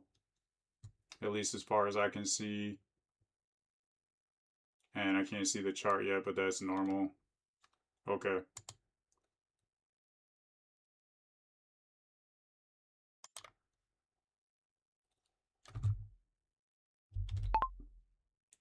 So everything looks good. I can't see the essentially like the individual chart from the beginning that is showing like where the price history has been up to whatever point it's starting at. But I'm guessing that's just because the API is not set up yet. Because essentially like this is gonna be trading based off of just looking at the chart and like trying to buy low and sell high. So the other thing I noticed that I don't see there is based on the $10,000 that I have to trade, it wasn't telling me like how much of that I've used and how much of that I still have available. But other than that, everything looks good, and let me know what you think for next steps. That reminds me, I feel like this is a good time that I should be pushing this through to GitHub. So I'm going to create a repository for this project in GitHub.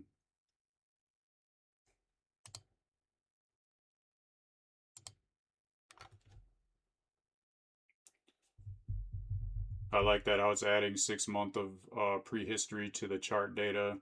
That solves that problem. That's awesome. Okay, the trade sprint.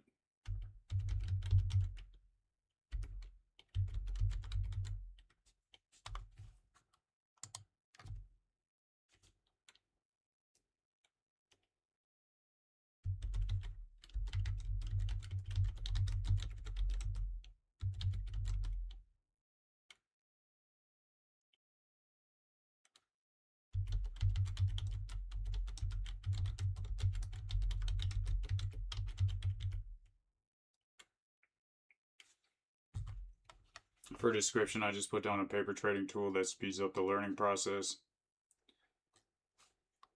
And then I can create the repository. It's going to give me a URL for this repository. And essentially once it's done working on the step that it's doing, I think right now I should just be making some small changes. I'm going to give it that URL and tell it to push everything over to GitHub.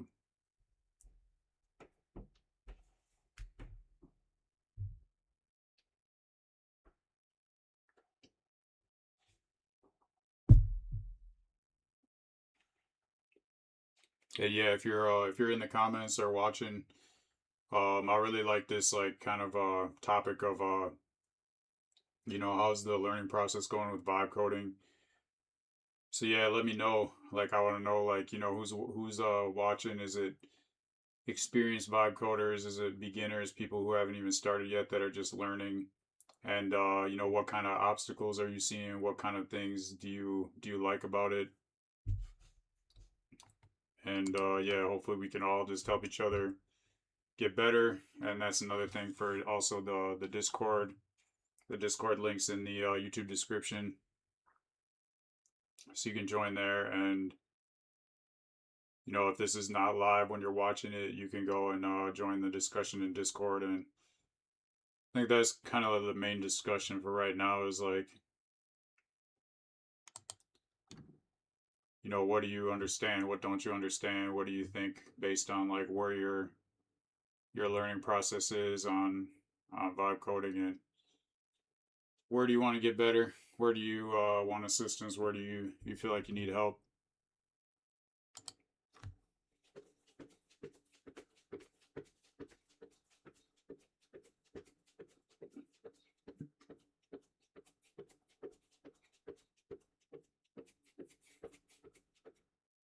So I'll switch it back to code.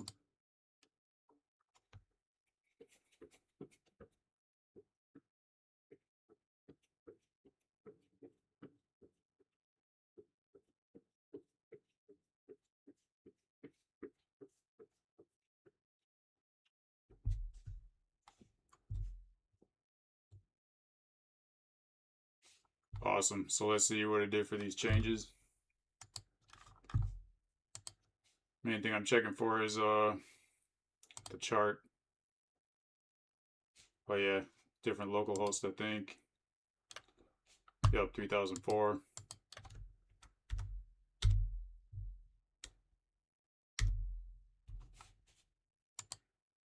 Okay, yeah, that's way better. So yeah, now I can see, like, you know, trying to buy low, sell high. So I can look like Apple's looking like it's pretty low. Good time to buy. I'm gonna do 3,000.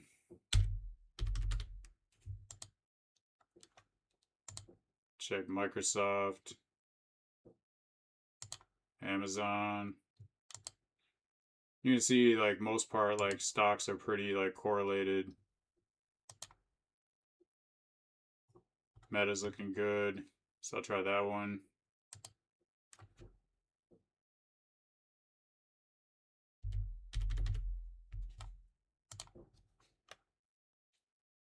Trending this month. Roku. Nope, don't want to buy high. GE's kind of down. CVX. Yeah, why not?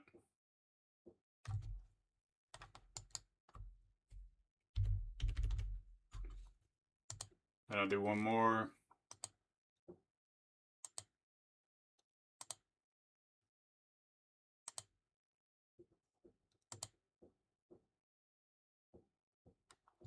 Sure. JP Morgan for the last 1,000.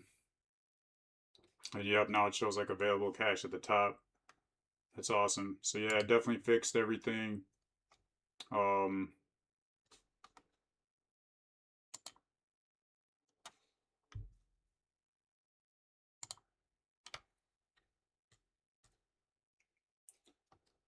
And okay, so it's not showing the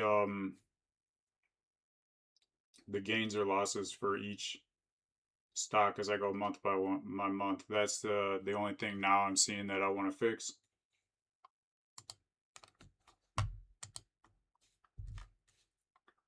I'm just gonna jump through. I'm not gonna make any trades because it doesn't have the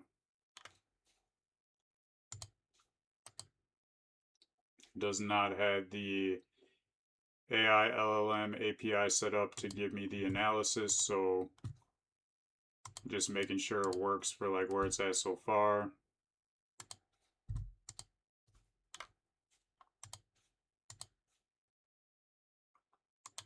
Now I'm in the profit, now I'm in the loss. It looks like this is ended up being down like $630. Okay. So basically the main thing I want to show is like when it shows the portfolio and it shows the stocks that I bought, it doesn't month by month show the profit or loss and the percentage for each stock. All right, so awesome.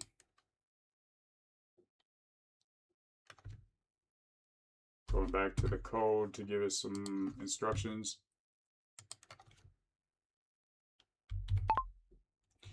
All right, so I like the changes you made that are new. They look how I want them to look.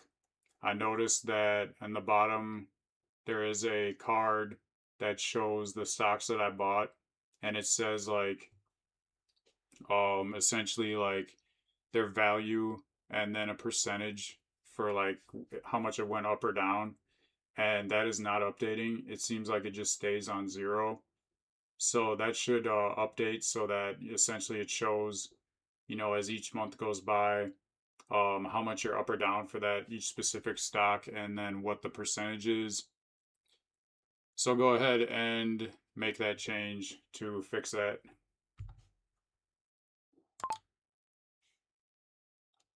Yeah.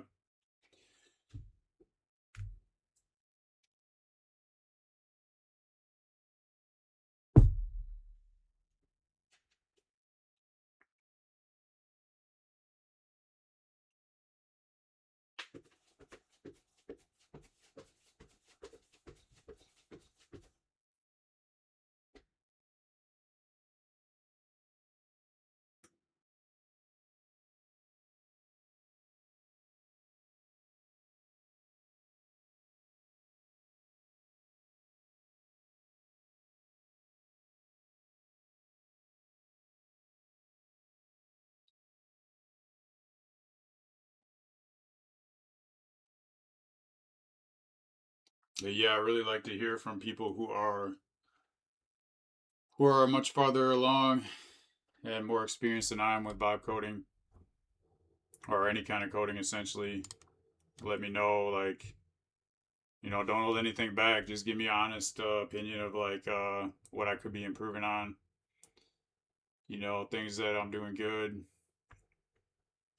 Anything you're seeing that could help. That's awesome. So okay, going back to made that change really quick this time, and I'll try it again just to make sure that the main thing is updated. Going back to the browser. 3004. So I'll start and buy some Apple.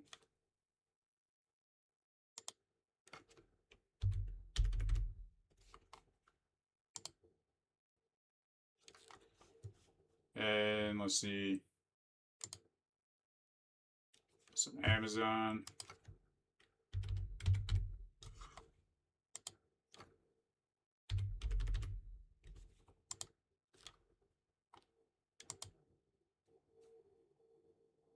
But nope. KO, not sure what that is, but oh, Coca-Cola. Why not? So I got 3, and 3 more. KO. And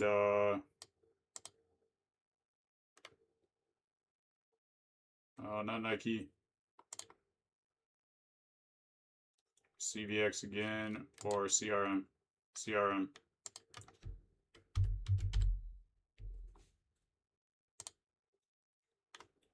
Yep, available cache 1000, so that's working right. So now I'm just looking for this part. My picture's actually covering it. So yeah, this is the part right here that was not updating before. And now we'll see if this is working right. Yep, it is. Awesome.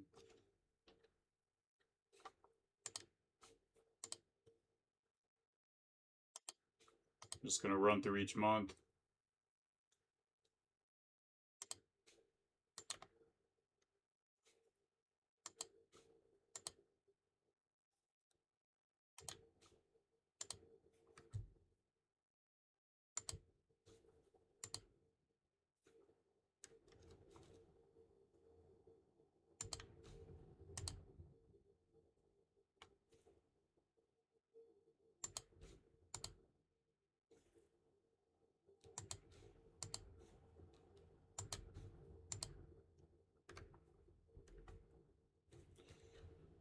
So ultimately,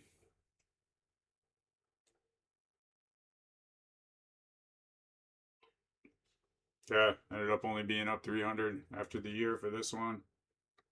And looks like I was up a lot more about 2/3 of the way through. There shouldn't be any results yet. So, okay. Yeah, this is awesome. So everything looks good so far. I'm ready for the next step. Going back to the code. Oh, I want to push it to GitHub first. That's right. Awesome.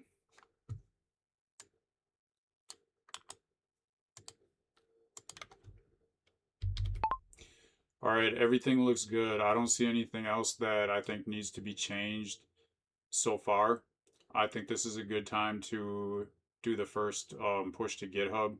So I'm going to paste the URL that I just got from GitHub after creating the repository for this project. And I want you to push it to GitHub to start that process.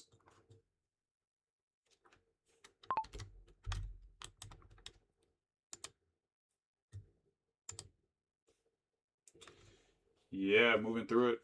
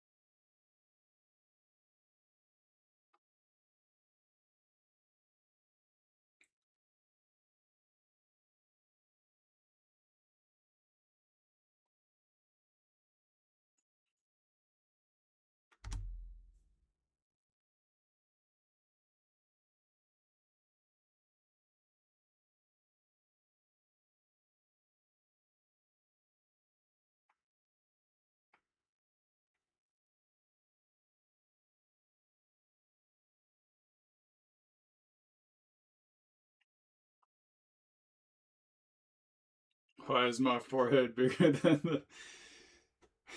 I don't know. I don't know. That would that would be out of my range of knowledge. I think only Jah knows that one. So I would like to say that is my favorite comment for today.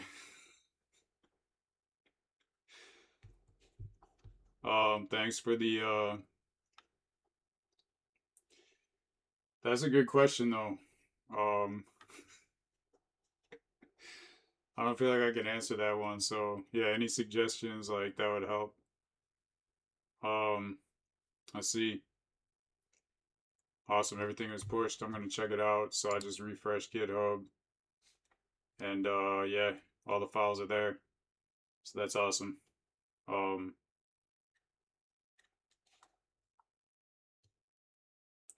so I guess on to the next step.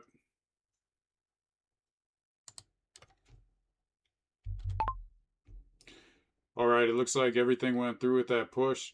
So what is the next step? I know you kind of broke this down into two different um, groups of steps, and essentially, I guess let me know what's next, and let me know when I should be putting in these API keys.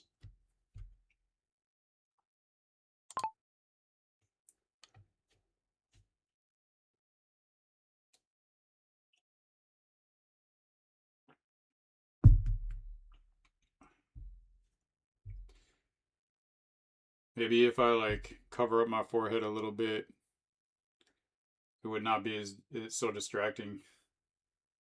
There we go. Um, all right, so yeah, I got it on the code for the stream. So phase 1 MVP is complete.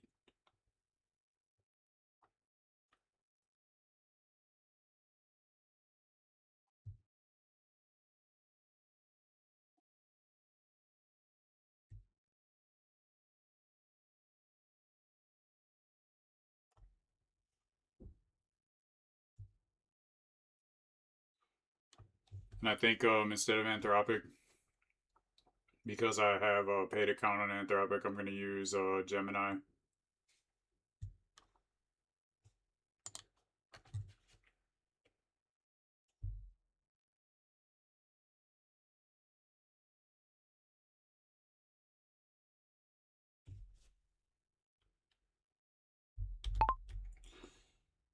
I would like to use a Gemini API key if possible.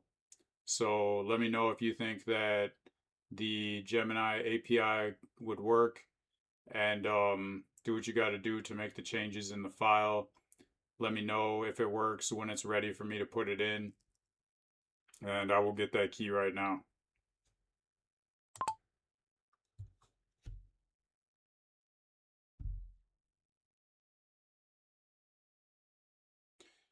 Awesome, Gemini will work. So go get that Gemini API. I need to get a free Gemini API key. Can you walk me through the process how I can get this? I did it once before, but I don't remember it exactly.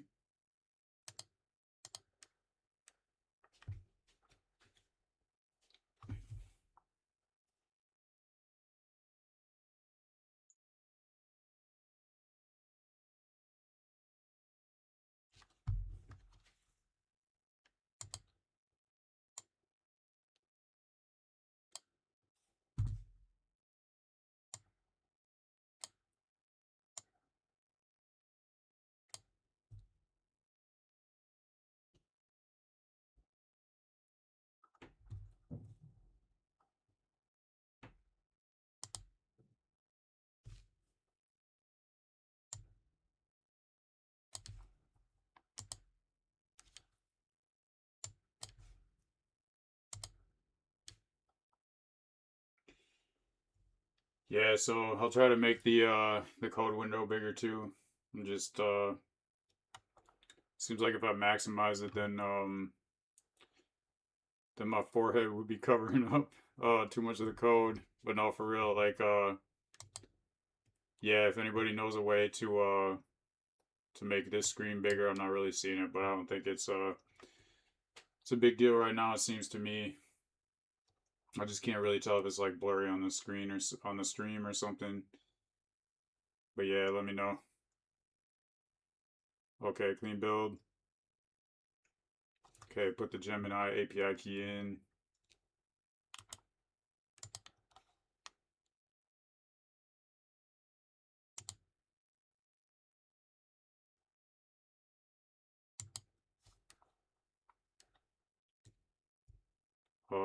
Hit the get API key.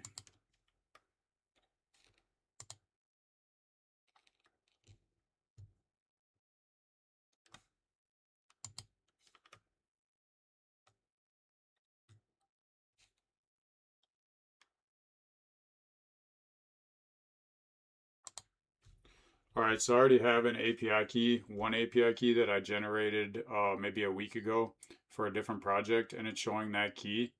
Is it all right to use that same key for another project, or should I be doing things where I have a different key for each different project? Because yeah, the main thing is the free API key is like 1,000 uses a day, so I don't see that being a problem.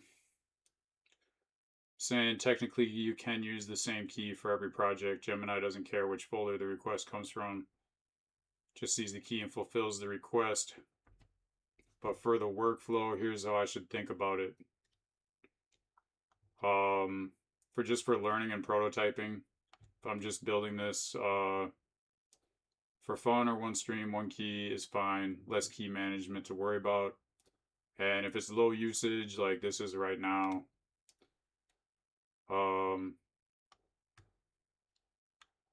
so yeah, if one of the, basically if I'm using the same LLM API key, this is good to know that if one of the projects it's on has a bug, then it can affect the other project that it's on.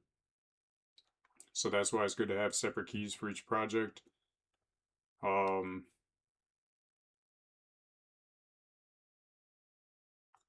then you've got like the, the API keeping it secret in the .env files, and that's the main reason I wanted to use. For security, I wanted to use Gemini because I don't have a paid account there, and if it does accidentally show the key, it's free, and I don't really have anything to lose other than the time it would take to create a new key and delete the old one if someone does like try to use it. Tracking.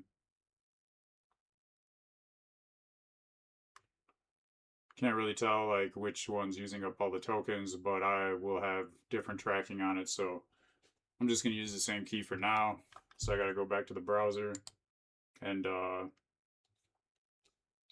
put in the API key.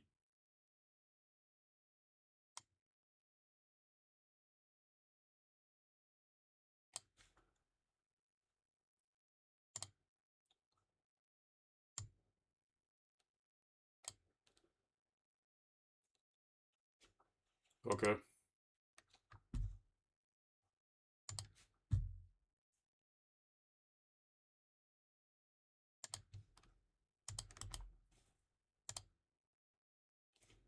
So I put the API key in the right folder.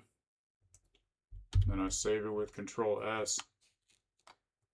Then I'm just going to a different folder so it wouldn't show that API information. Make the window bigger, go back to the code. Oh, awesome. That time it got bigger, the screen did. Okay.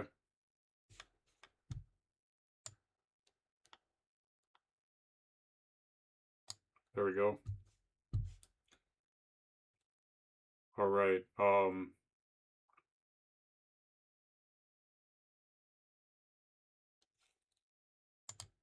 So I put in the API key. Now I just got to restart the dev server.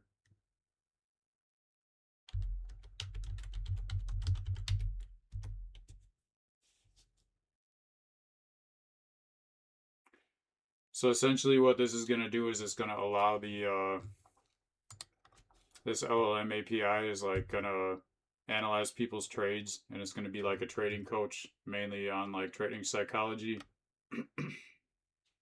which is where most of the value in doing something like this for, especially for beginners, is it's going to give them, you know, like I was saying, like a year's knowledge, except like they don't have to wait a year, they're going to get it in however long it takes them. And I was going through that in like, you know, 5 minutes. So for a beginner, it'd probably take them at least twice as long if they're actually like going through and looking at different stocks and picking stocks and everything. But essentially, yeah, it's saying that try playing through a full sprint and the end analysis should be AI generated instead of the placeholder. So this is going to be interesting. All right, seeing if the analysis works now. Going back to the browser, changing it to 3005.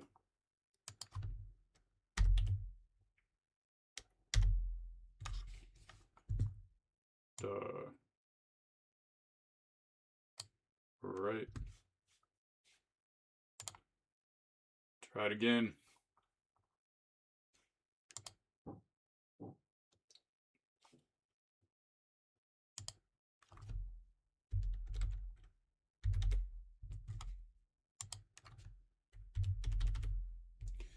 So about 3,000 at Google.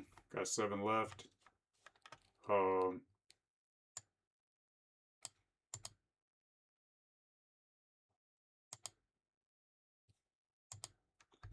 3,000 JP Morgan.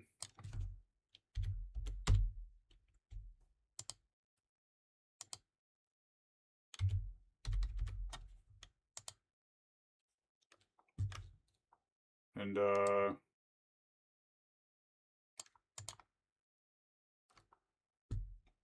buy some Nike. 3,000.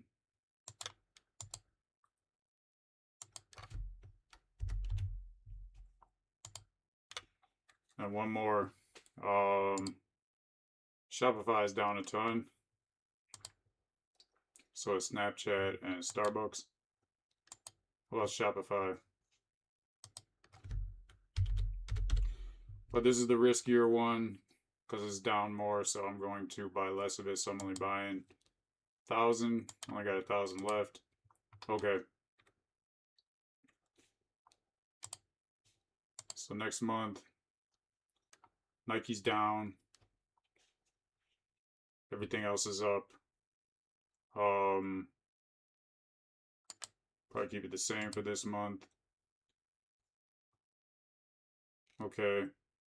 Let's say, looking at Nike, like that's still down. Like I'm gonna sell that Nike.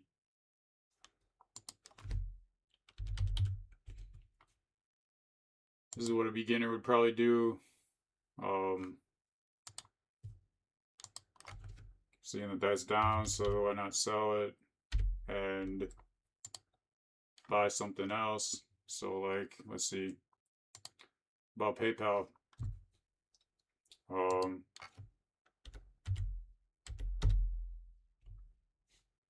PayPal, and I got 2,865.99.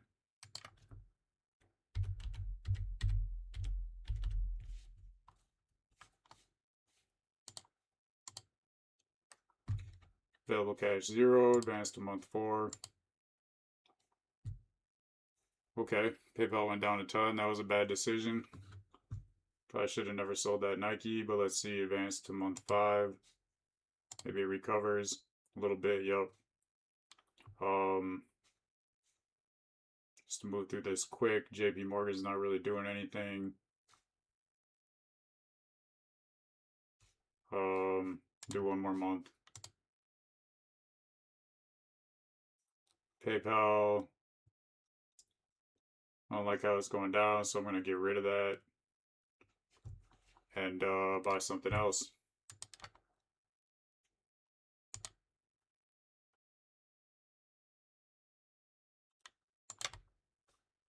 See what else looks good.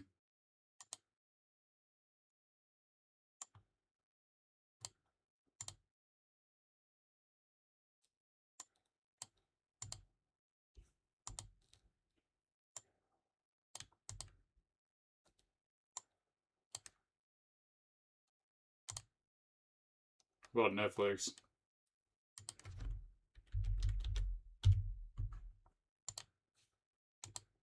Buy the max.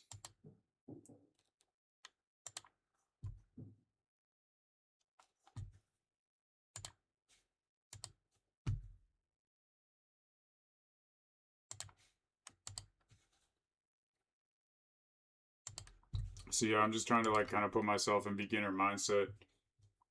But essentially, yeah, I'm just moving through this. Netflix started to go down. So I think I'll sell Netflix.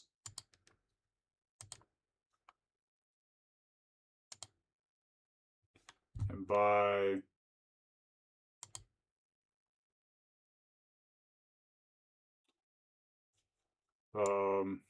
when I buy PayPal again. Because it's down more than before. So I'm gonna do the max. Showing me I got 2,740. So yep, that matches up. Advanced to month 12. Now everything's in the green. So yeah, overall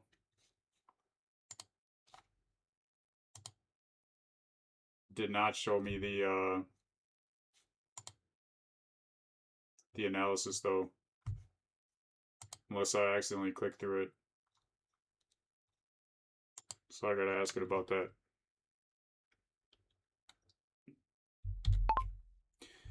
All right, I do not remember seeing an analysis. Essentially, I clicked, the last button to finish month 12, and I thought that after that it was going to show up another screen that showed me an analysis. Maybe it was somewhere on the screen before that I didn't see, but from what I understand, the way this is set up, it's so that it only shows the analysis after like the entire year of paper trading has gone through. So if that's the case, it should be set up so after I click that I'm done with month 12, then the analysis shows up. But I did not see anything like that. So basically, let me know what you think is the problem, what's going on with that.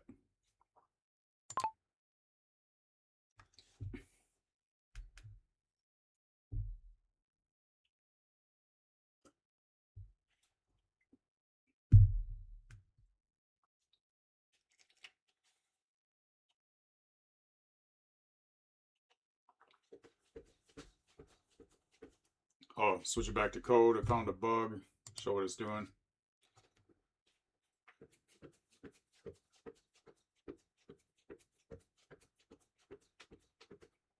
Okay, so check it out again in dev server. See if it works this time. I'll do this quick too.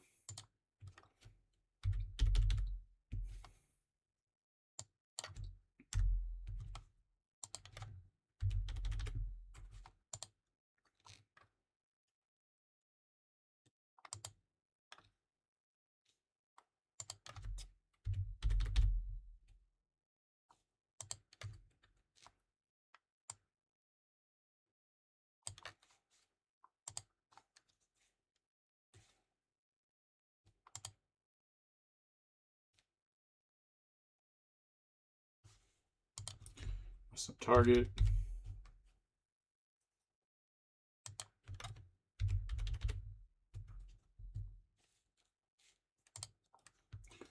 I still got 1,000 left at Nike.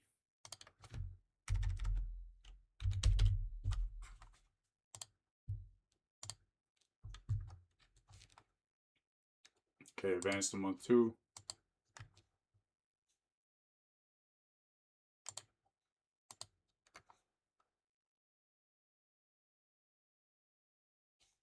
This J&J is down a ton, so I'm going to sell that.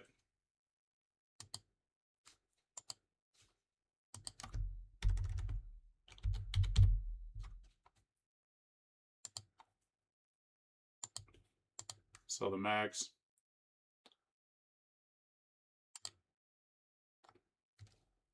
and then take what I made from SellNet and buy Apple. Looks like it's barely starting to go up. So Apple by Max.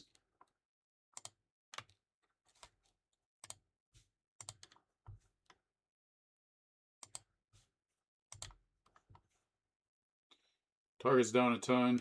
Give it one more month. If it keeps going down, nope, started to come back up. Yeah, get rid of that Target. Target and Apple not looking so good. Target's down way worse, so yeah, get rid of Target. And again, like this is like kind of making it take longer, but this is what I'm going to need to get an analysis. And I'm doing something that I specifically understand what I'm doing. I'm doing something that a lot of beginners would do, which is like sell their losers like right away. You know, as soon as they see something's not working, they're going to sell it and not really give it time. So that's what I'm kind of doing, just to see if the analysis lines up with what I'm doing. So okay, sell Target Max. Saying sell Apple, sell Target, sell Target Max. Yep. Okay, so now, yep, 2005.99 left, and looks like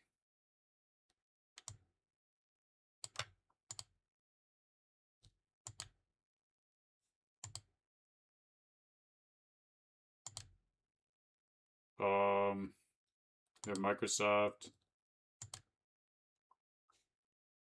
Yeah, why not?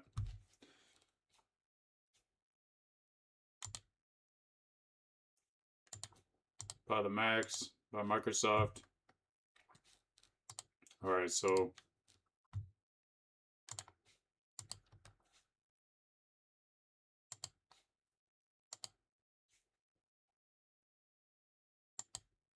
yep, this year did not do so good.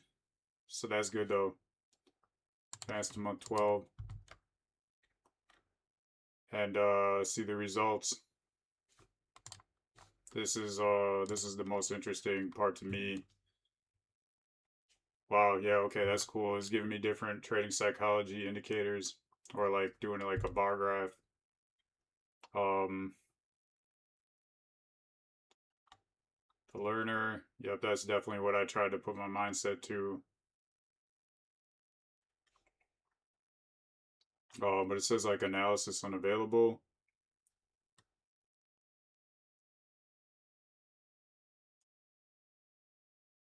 Okay, so it's not showing me the analysis for each different area of trading psychology, and that's what I got to fix right now.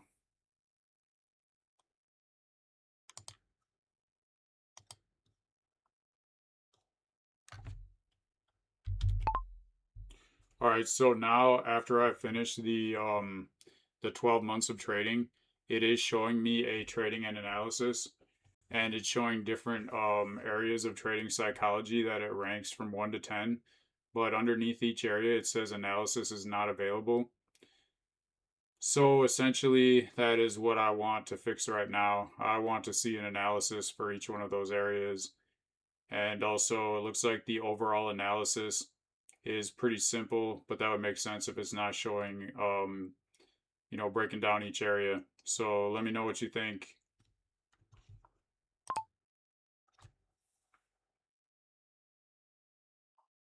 I think I'm going to sit down.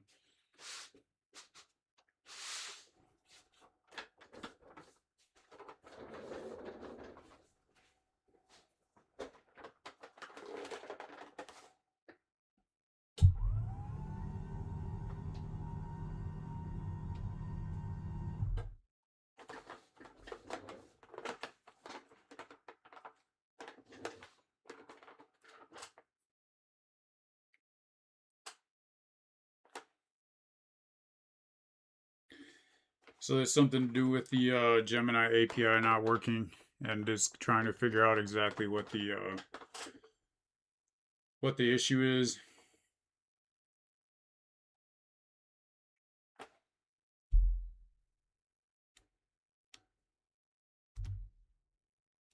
So at least we got it fixed to where now it's showing up the analysis screen, but it's just not giving the analysis. So that all those, that made sense that all those were 5 out of 5, because that must just be like default setting.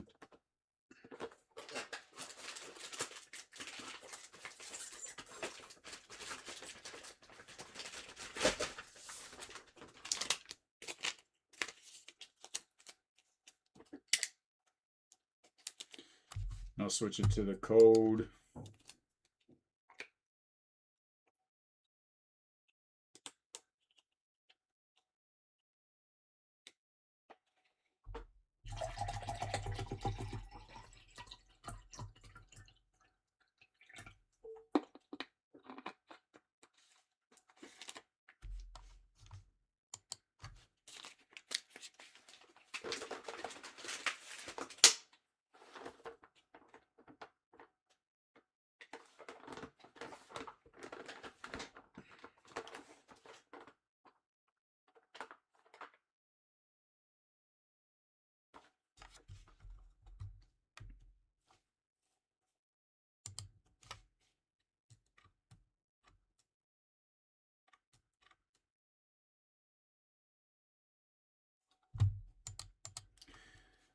Yeah, some abundance mindset teachings while Claude is cooking. So, like, supply is spiritual, not material. Money and resources are channels, not sources. The true source is really like your vibe, your energy. And when you focus more on, building up your vibe, building up your energy, instead of building up like resources, the resources should multiply automatically just by putting your focus on your mindset, putting your focus on your energy, like how you're feeling, how your body feels, how your mind feels, where your thoughts are, whether they're negative or positive, being aware of your thought loops, being aware where your mind is at. So a lot of people are taught to focus on making more money. And even with this, like I'm always saying that um my focus right now, even though my goal is to get to 1 million through vibe coding, that essentially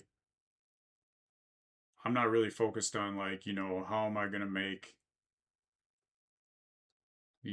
what are better ways to make money. My focus is on how can I provide as much value as possible. And I believe by providing that value and staying positive that essentially the ways to make money will just kind of reveal themselves along the way. And I can just stay focused on the main thing, which is providing more value to more people. And through providing that value and through, improving every day, keeping my vibes up, staying in the right mindset, that the money part will just kind of take care of itself. So that's all part of the journey. It's all part of people can see along the way how this actually works. Putting mindset into the mix, and essentially it's telling me try it again, and now I should get a real analysis. So I'm going to go back to the browser and same local.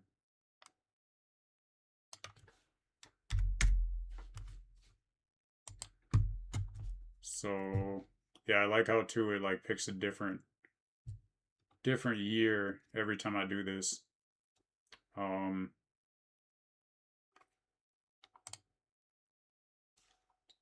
Google.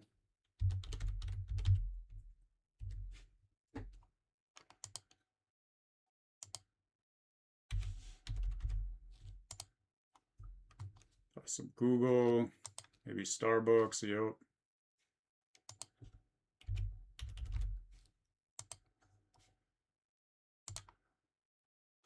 And Shopify.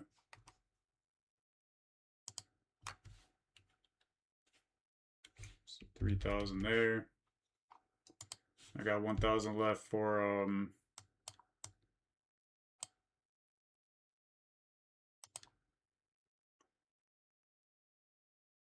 Home Depot or Meta. Looks like Meta just started to go up, so I'll do that one. By the max, 1,000 left. Yep, all that's working with the numbers, perfect. And by the Meta and advanced month 2. I'm just gonna use the same strategy. I'll give it like 2 months, and if something's still gone down, take Meta. Yeah, I'm gonna sell that Meta.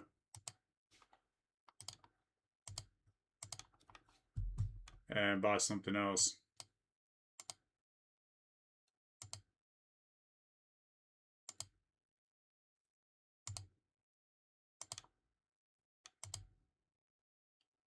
Well, Coca-Cola by the max.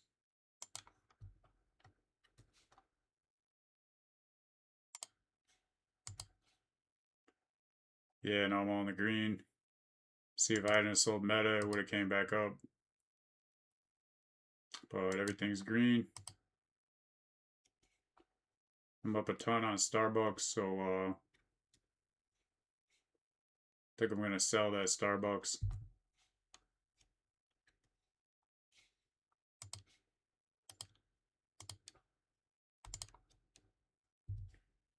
And buy some maybe Microsoft or Amazon. What Disney? By the max.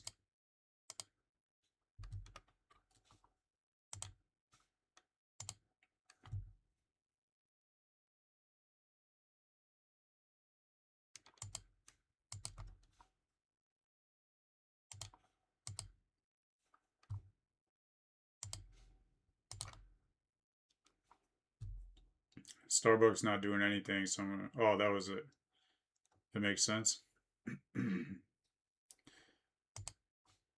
So yeah, see my results. Here we go.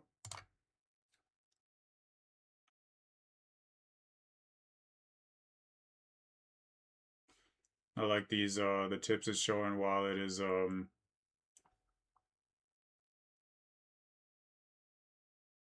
there we go. Now it's definitely updating better. Strategic learner, patient pruner, turn 10,000 into 12,000.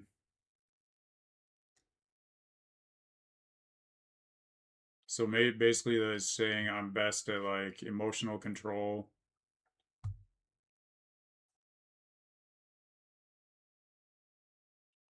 Timing is where I need the most help, where I made some profitable moves like selling Starbucks at a good time. The initial meta buy didn't quite pan out, and the portfolio saw a bit of a dip towards the end. Okay. So yeah, strengths, areas to improve. Yeah, this is awesome. This is what I wanted to do. Um,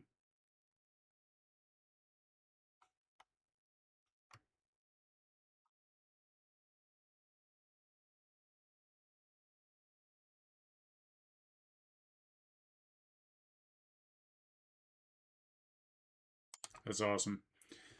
Yeah, everything's looking right so far. So that step is done. Now it's the next step.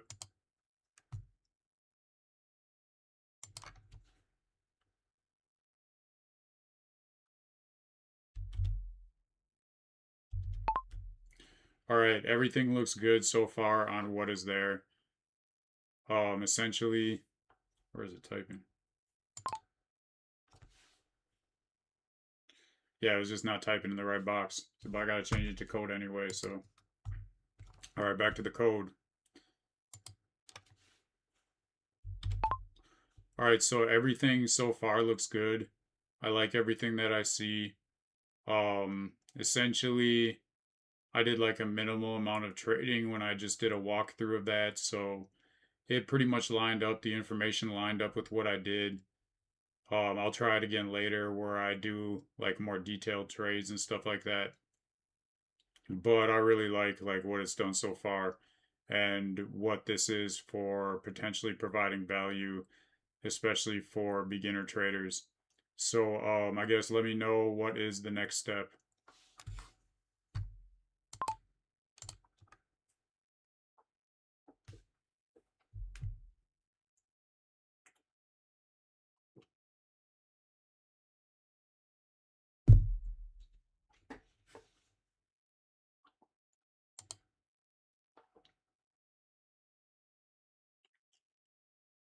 Awesome. It's automatically pushing to GitHub.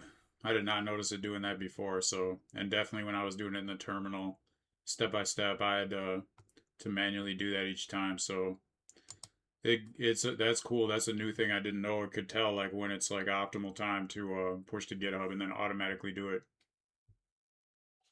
Um,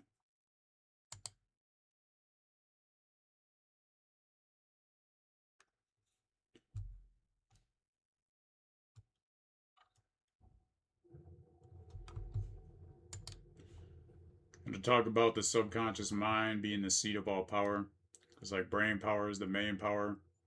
Your mind runs off electricity, just like the rest of the universe, just like every cell. So essentially, like your vibe controls like electric currents. Your subconscious accepts whatever the conscious mind impresses upon it, and works tirelessly to bring it into physical reality without judging whether it's good or bad for you. So basically, like your conscious mind or your subconscious mind doesn't really judge, right? That's more your conscious mind.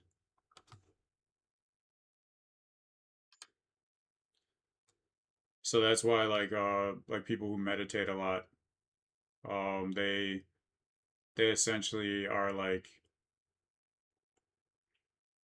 quieting their conscious mind and becoming more aware of their subconscious. And that makes it easier for them to basically like reprogram their subconscious. And becoming more aware of that, like quieting your conscious mind will take off judgment. So like your mind is going to automatically your conscious mind is automatically going to try to judge things as being like good or bad. And like advanced meditators and people who have been on this path for a long time and have been practicing this stuff and understanding it, they find that they judge or at least do not automatically judge certain things. So like basically that goes back to like something being good or bad. Like the same thing can happen to different people and they'll see it as good or bad depending on how their mind is programmed. So yeah, I mean, this really applies to business and vibe coding a ton because you shouldn't really be like making your own judgments. That's up to the users. You really want to be creating something that's adding value and let people decide. Don't try to judge whether it's going to work or it's not going to work. Just um, build something that creates value and then put it out in the world and then just wait for feedback. So we got for the next steps, portfolio performance chart. Yeah, that's a good idea. Real stock data. So I got to put the Polygon API in. Animated year reveal.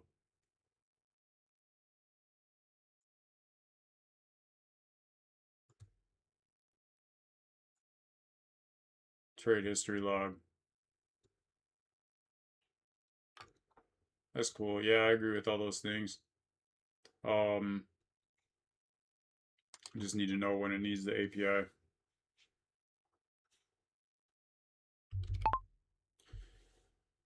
Yeah, I agree with all those new steps. Just let me know when you need the API for Polygon. Oops. Yeah, I stopped it too early. So I guess I got to just copy and paste that last prompt.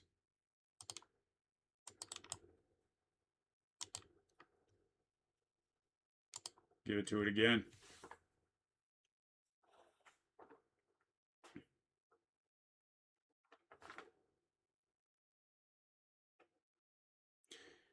Yeah, and like not only am I realizing like getting a better understanding of like the vibe coding process and everything, and like I think I was like maybe a little bit too much focused on my actual process that I was using in creating a system, and I should have been maybe more focused on just like, you know, pushing Claude Code to its max to see what it's really capable of. And now that I feel like, you know, my system is down for the most part, I'm gonna shift my focus to really like pushing Claude Code every day, like harder and harder to see what it's capable of. And that's gonna be like the biggest learning.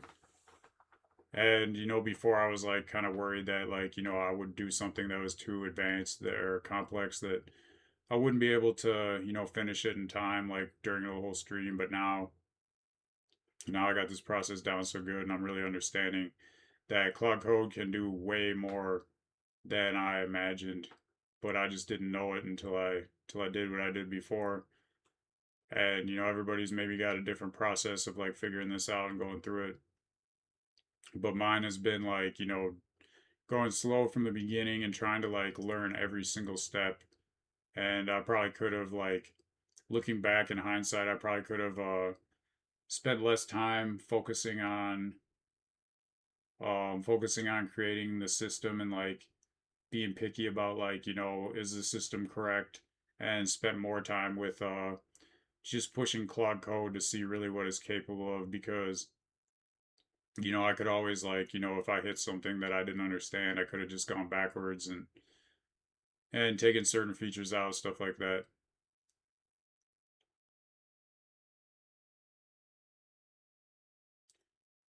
Okay.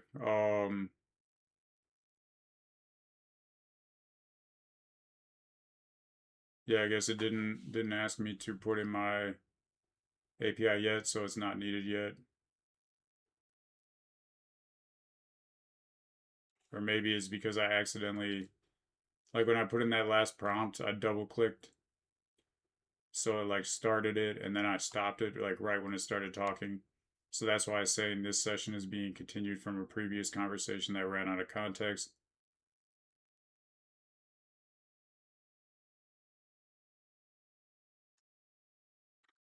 Or that could also just been of Claude starting a new context window.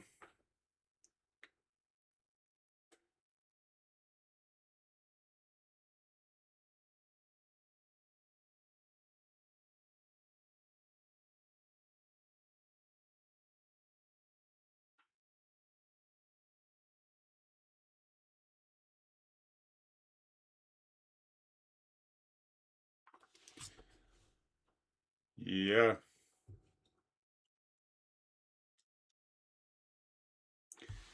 So another thing for abundance mindset is being aware of like the best time to program your mind, and that's really the drowsy state just before sleep.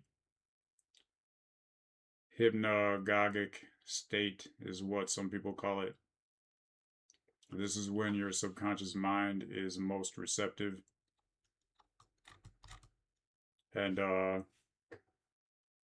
this is the best time to do like affirmations and visualization right before you fall asleep. So like in this case, I would just, you know, just say I'm creating value until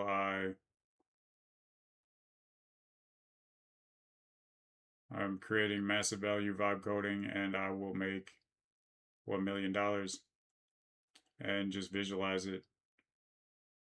And I could essentially do that for anything, but you know, I'll do that before I'm falling asleep, and I'll do that in my mind.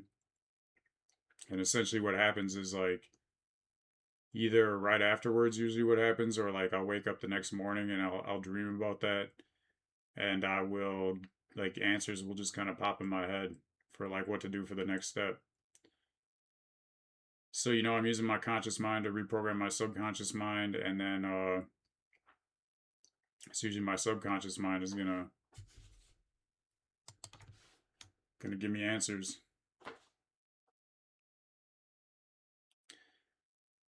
So yeah, combining the abundance mindset, combining the business knowledge, marketing knowledge, the coding knowledge, and the investing knowledge all into one,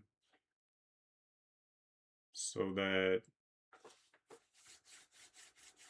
you can make more streams, provide more value, hopefully help people get into investing and make more money, and hopefully help people get into vibe coding and create more value.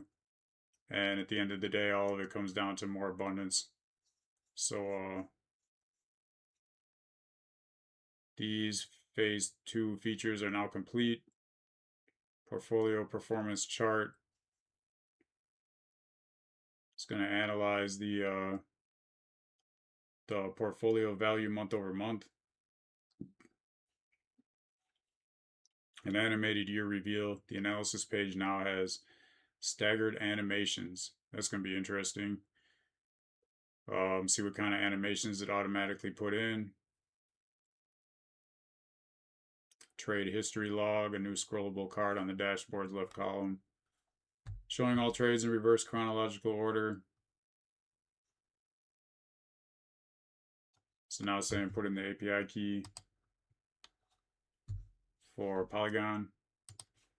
So I just got to get that key. I already have an account, so I can just, oh yeah, Polygon changed its name to Massive. So it's actually Massive API.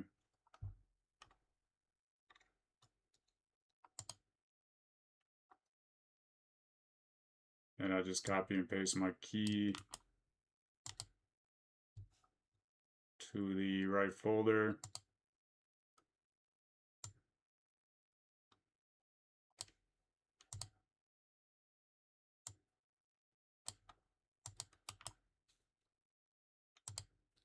And then Control S to save. So every time you put an API key in a folder or change something in a folder, that's what you want to do is make sure you save it. Otherwise, it usually doesn't update it. Okay.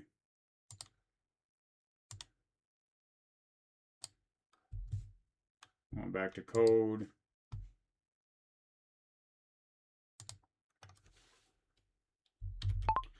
All right, I just put in the Polygon API key.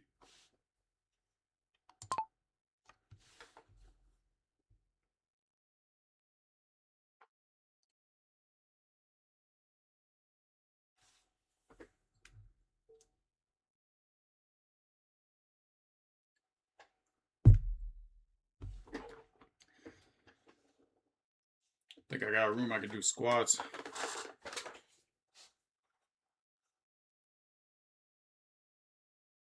I already feel like I've been sitting down too long. Bring it up so it doesn't show too much of my forehead.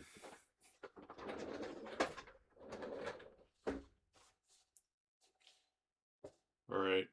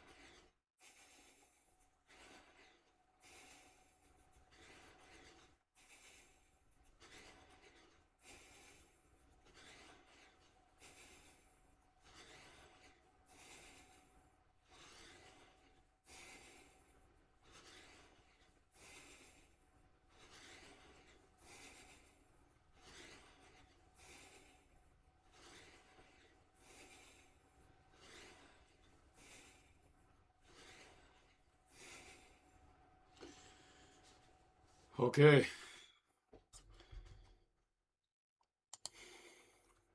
Good thing I was reading that. So essentially what it's saying, Polygon only allows like 2 years of data on the free tier, and that's not enough. So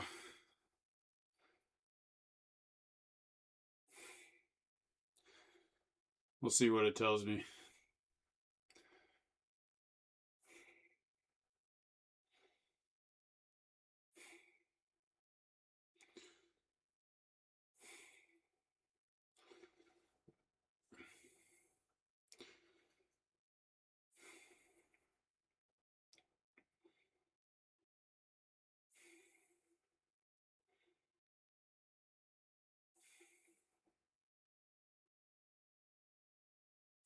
Yeah, that was the main thing too. And I caught that. Yeah, see, like, just by watching like what it was doing in the process, I was able to catch when it said, I could only get 2 years of data from Polygon's free tier. I was like, okay, that's a big problem. So the loading page will also take about 2 minutes on the free tier. That doesn't even matter if it only gets 2 years. Okay, so I know, don't remember which API it was that gave me like 30 years, but I think I should get at least 20 years, because not only do I want to change the API so I can get more time, but I want to show when it shows the stock. It shouldn't just show the previous 6 months. It should show like the previous like at least couple years. Okay.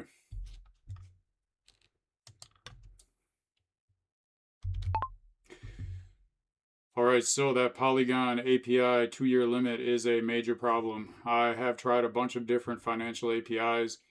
I know one of them in the past got me like 30 years of data, but I can't remember the name of that API. Can you go through and find out what API on the free tier for financial information is going to give me the most historical data?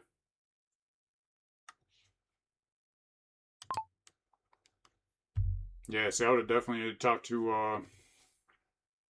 tried talking to like Gemini about this in the past, but now I'm like, yeah, I know, like, understanding this way better.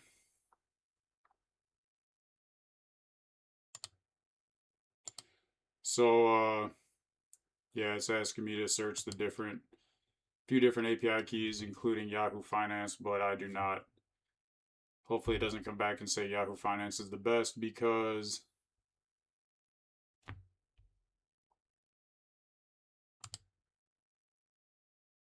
Yahoo Finance is not not reliable. Because what I found out about Yahoo Finance isn't really an API. It just kind of scrapes the site, and I think Tingo was the one that had it actually. So let's see if my memory was right. And it's showing me a few that I've never done before, but I think it was Tingo. So yeah, we'll see if I was right. But essentially, I think this should be something I do with each app,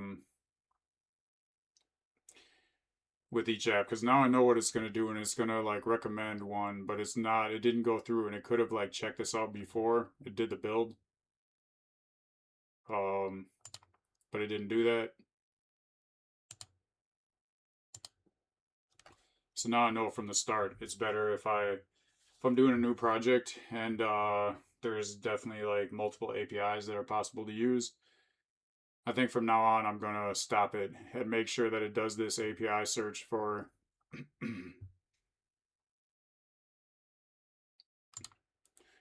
for what would be the best API for that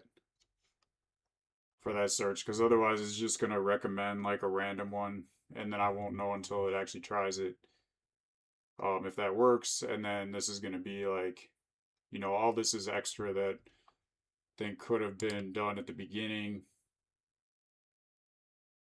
Yep, Tingle was 30 years. Okay.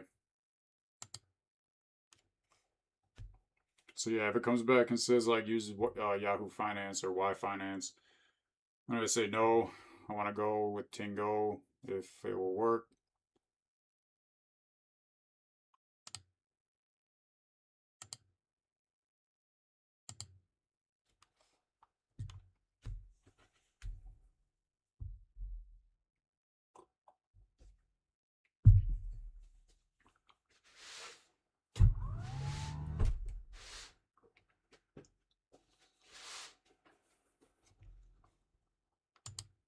So yeah, it's not just checking too. There's a lot of stuff that it's checking, which makes sense. It's not just the years, but is it going to give me all the right data that I need to go along with those years? And yeah, it's really good to feel like I'm understanding mostly what it's doing behind the scenes. Um, so it's just asking me to allow basically like searching for different data points for each different API, one thing at a time. And it's really good for my mind to know, even though it's kind of slow getting through this. This is giving me a much better idea of only monthly bars for that one. Yeah, to know the difference between the different APIs. So, I mean, I just even thought of a very, what I think right now is a very good idea. Essentially, like an API directory, and like I could have like a free API directory. Wonder if there's anything like that. I'm gonna check.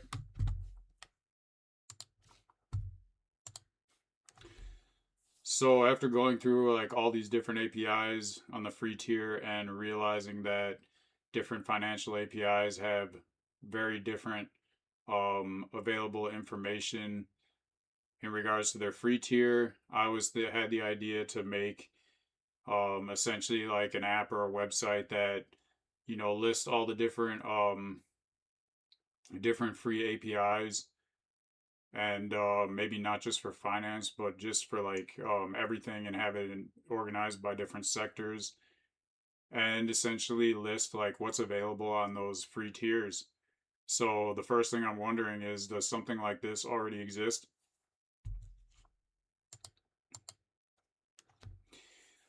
Yeah, see, got everything flowing, got the energy going, and now the good vibes are bringing up the good ideas.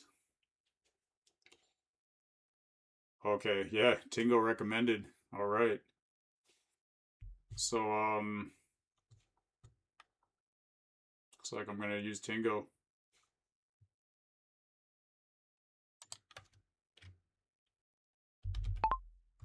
Yes, please swap the Polygon for Tingo. I will go get the Tingo API right now. Not sure how oh, it's two eyes, okay, Tiingo. Phil will pick up on that if it's spelled wrong, right? So just making sure, but I'm guessing it probably doesn't matter too much. Okay, so anyways, gotta get my Tingo API.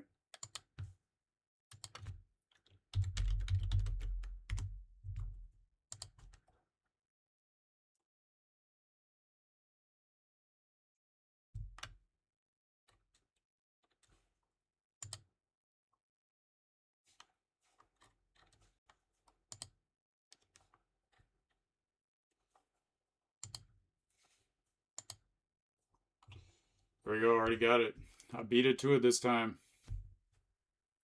Um, so yeah, basically it's got to go rewire everything because everything was wired to go through Polygon. Now it's going to be rewired to go through Tingo. Um,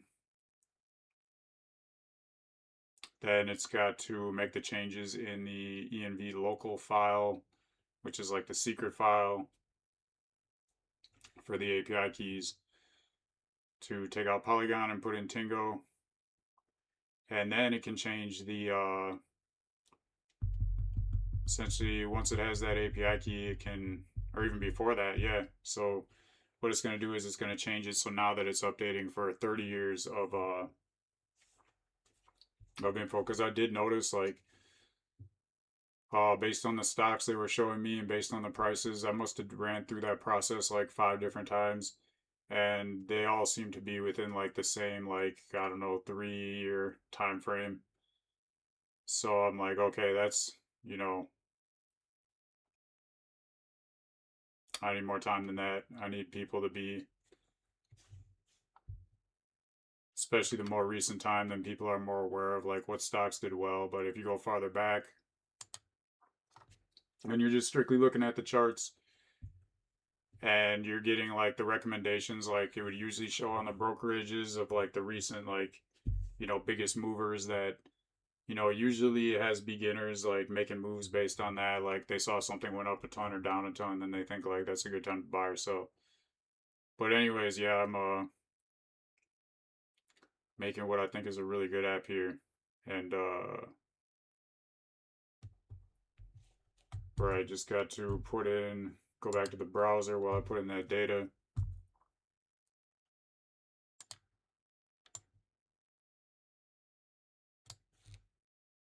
Put in my API.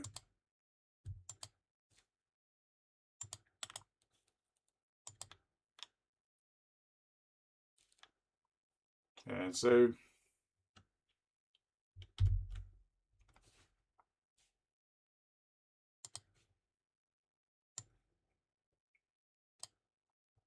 And put it back to code.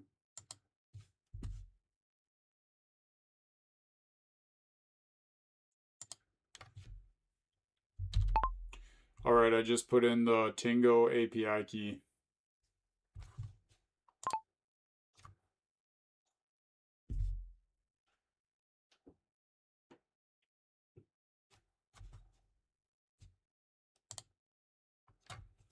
And hopefully, the main reason I couldn't get music on before was because when I was using Gemini, even if the music wasn't even like loud, if it was just playing like or even like not audible, like if it was just in the totally coming through the stream, the way that Gemini was set up was that if any other noise is going on and I try to talk to Gemini while anything else is happening noise wise on the computer, it would essentially like not work, and it would like stutter and only pick up maybe like 10% of what I was saying. So it took me a while to figure that out, but now I know for streaming can't be using music and Gemini talking to dictation at the same time. But now I'm phasing out of that. So you know, I just had that intention to like figure out what was the problem with the music and figure out a solution, and it all kind of worked itself out. I didn't even really have to do any more work on figuring it out. It just like happened automatically by me doing nothing and just me focusing on creating value. So when I click start sprint, it'll fetch real stock data from Tingo.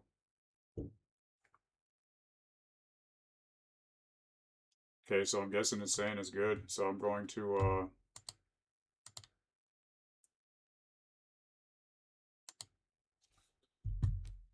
go back to the browser and try this out again. And the trend is my friend until the end. All these these investment rhymes. Trend is your friend until the end. Start the sprint. So this is gonna be like, don't put all your eggs in one basket. Oh, it doesn't rhyme though. Oh, okay. Why not buy some apple? I'm gonna break it down more. I'm gonna buy more this time. Different. I'm gonna buy 5 stocks, 2,000 each. Oh. So it's an apple.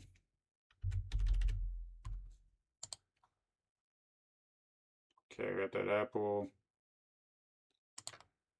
Bought an Amazon. Back when Amazon was $4.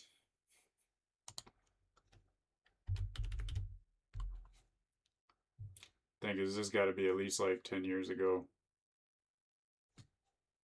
But I don't think beginners are gonna realize that. So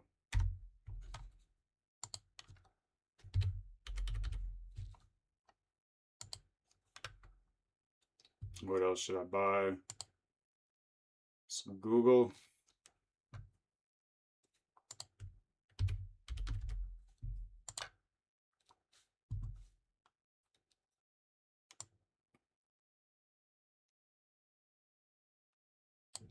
Let's see, Nike.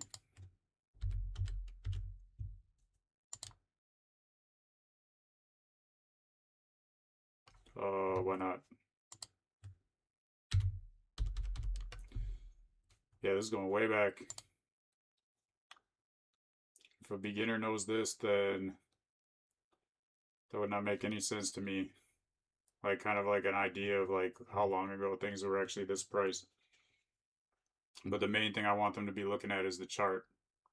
And I want this to be strictly buying, making decisions off of when to buy and sell off of what the chart looks like and buy low, sell high. So, um,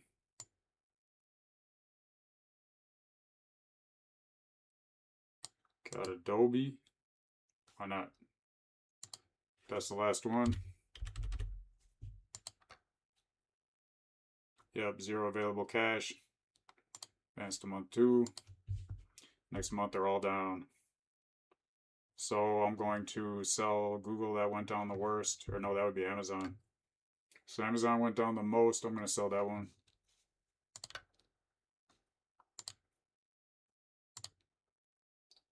Sell all of it. And then buy. CRM's going up, so why not max?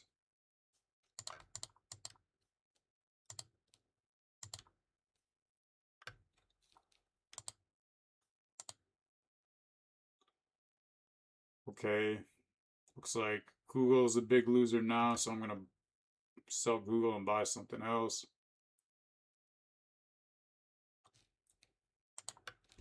And again, I know what I'm doing. I'm doing like a certain what beginner mindset strategy, what I would think.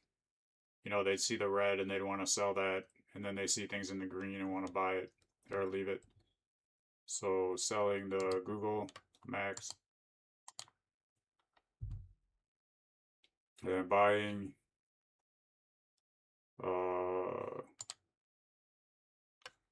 what MA MasterCard.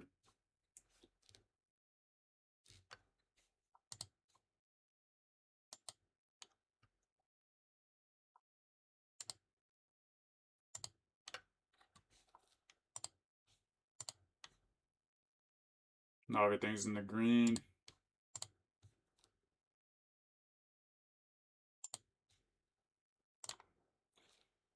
I got some red again, but it's all mostly in the ones I sold. Let's get rid of Nike again.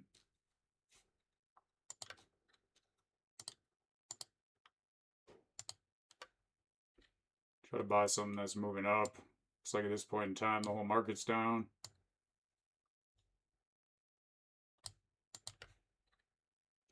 Why not Coca-Cola?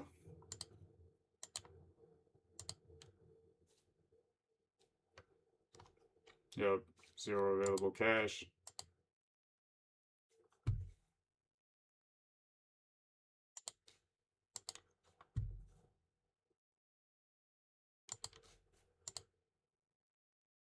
Whoa, yeah, everything's going down now.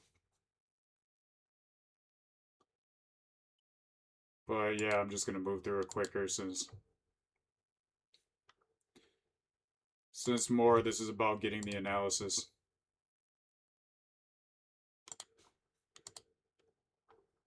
Making sure everything is right with the API. So see results. And this is where it's gonna show, like, I'll be able to tell if the analysis is correct based on what I did. And this is awesome. It just added this. Wow. Yeah, so this was 2008. That makes a ton of sense. Took me right to 2008, the first chance it got. But this is super important for beginners because then they can like see the year it actually was. They can go back in time and understand like, oh, 2008, that was the market crash. But essentially what I'm thinking of adding is like when it shows the year, it should show like kind of a quick um analysis of like what happened that year overall. So they know like what kind of year it was and like how their trading was.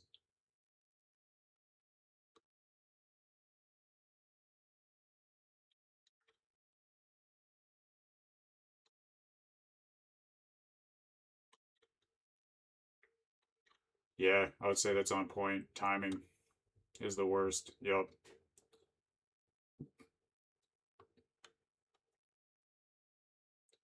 Oh yeah, and it's telling me right here, like because of the year, it was the start of a major financial crisis. So it's doing that, just not up at the top. It's doing it more in the analysis. That's awesome.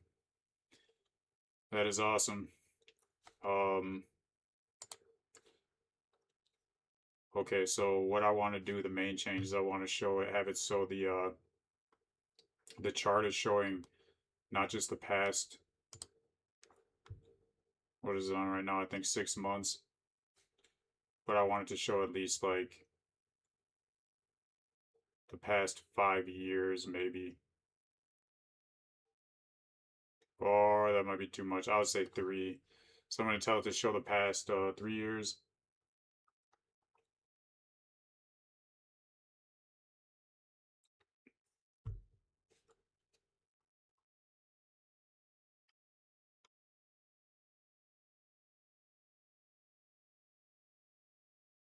Okay, so yeah, this is taking a long time too, so I want to ask it about that.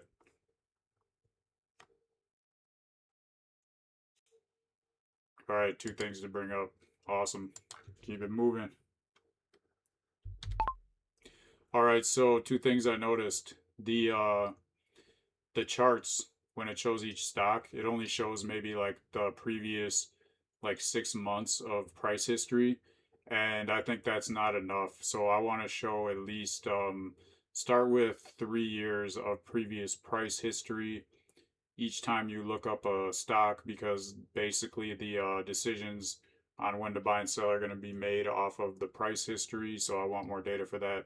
Also, I went through, everything looked good, the analysis looked right, but then I tried to start a new, essentially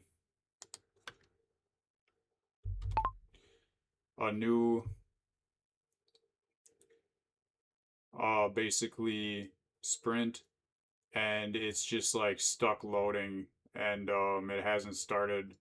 When I hit start sprint, it's just stuck in a loading state. So let me know what you think about those two things.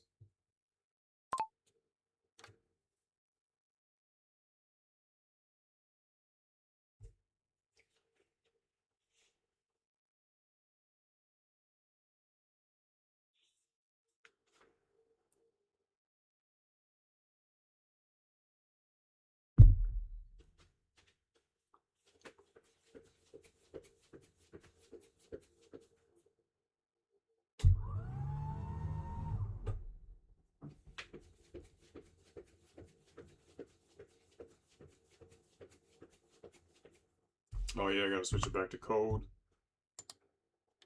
because that's the main thing.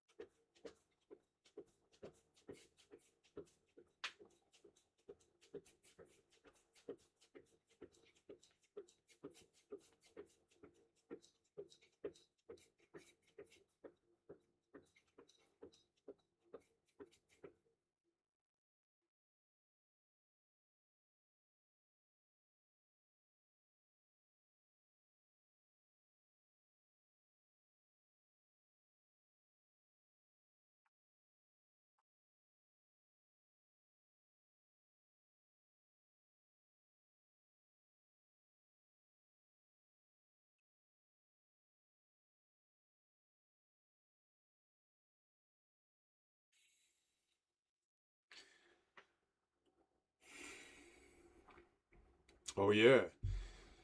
So I had that idea, ran into a wall of paywalls and confusing documentation, and realized someone needs to organize this free API stuff. So yes, resources like this exist, but they're often outdated or disorganized.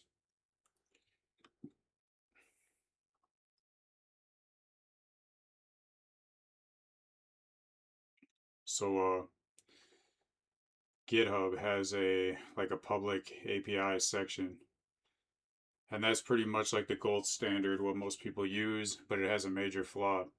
It's a massive list that often doesn't tell you the specifics of the free tier. The API marketplace, there's Rapid API. I feel like I did use that before. I'm about to check.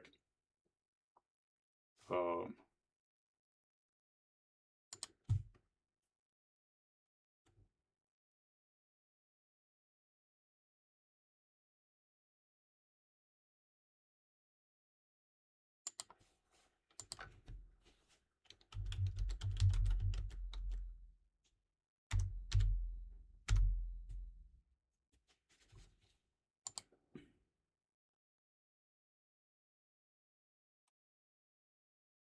yeah, I believe this Rapid API is like a list of,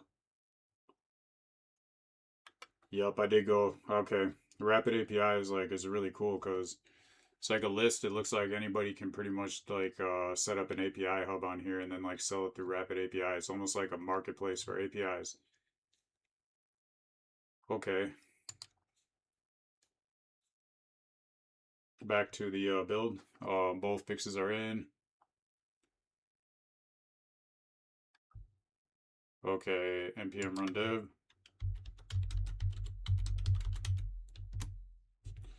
So essentially this should fix that problem with it being stuck loading, and I'll find out once this is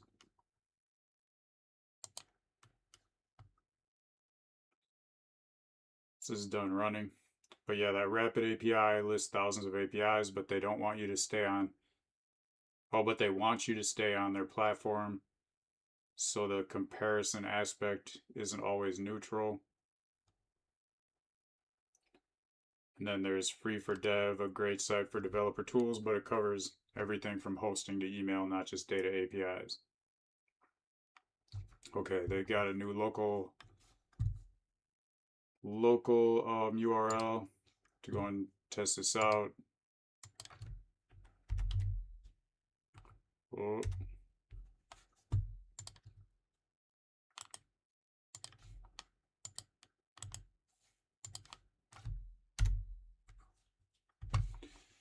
Okay, so here we go. Main thing I want to know is, does it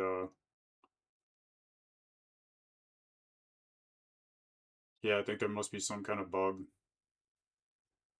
because it's just not starting up. Awesome. So this is going to be, I'm going to give it like 30 seconds. I'm just going to go finish reading what I was reading on that API idea. So most current lists are just directories. What I'm talking about is like an API comparison hub. Free tier breakdown is exactly what people are missing. So that's a good idea. Like it doesn't exist the way I explained it.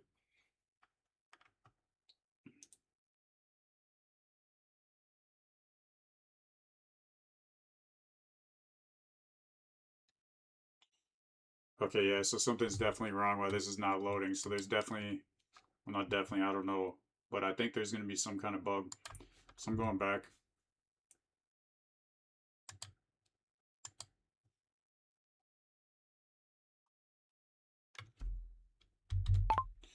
All right, there seems to be some kind of problem because, again, I hit start sprint and it's just on the page that is loading that.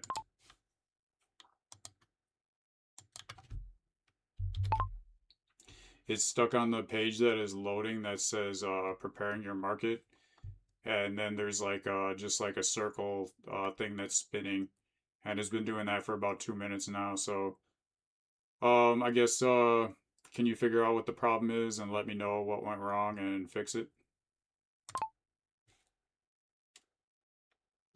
All right.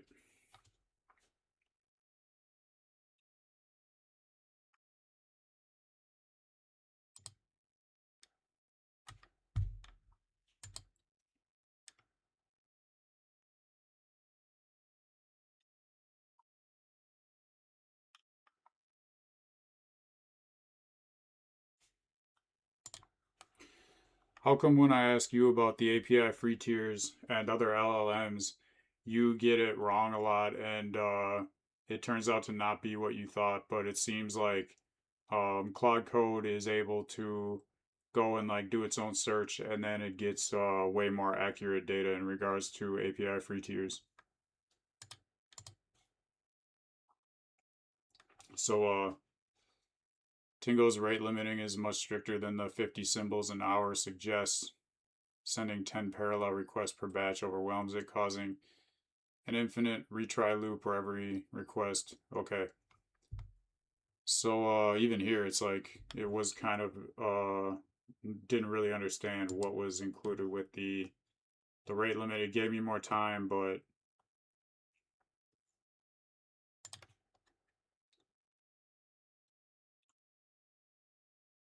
sending 10 requests at a time. Fetch tickers sequentially with a small delay. I see what it's doing. So each time I was like restarting it and loading it up, it would have to like go through and get all the information for every ticker based on whatever year it was doing. So I'm wondering if there's like a way it can just like start by getting all the information and cache it, and then it can just like pick a year. But it's gonna be interesting um how they solve the problem.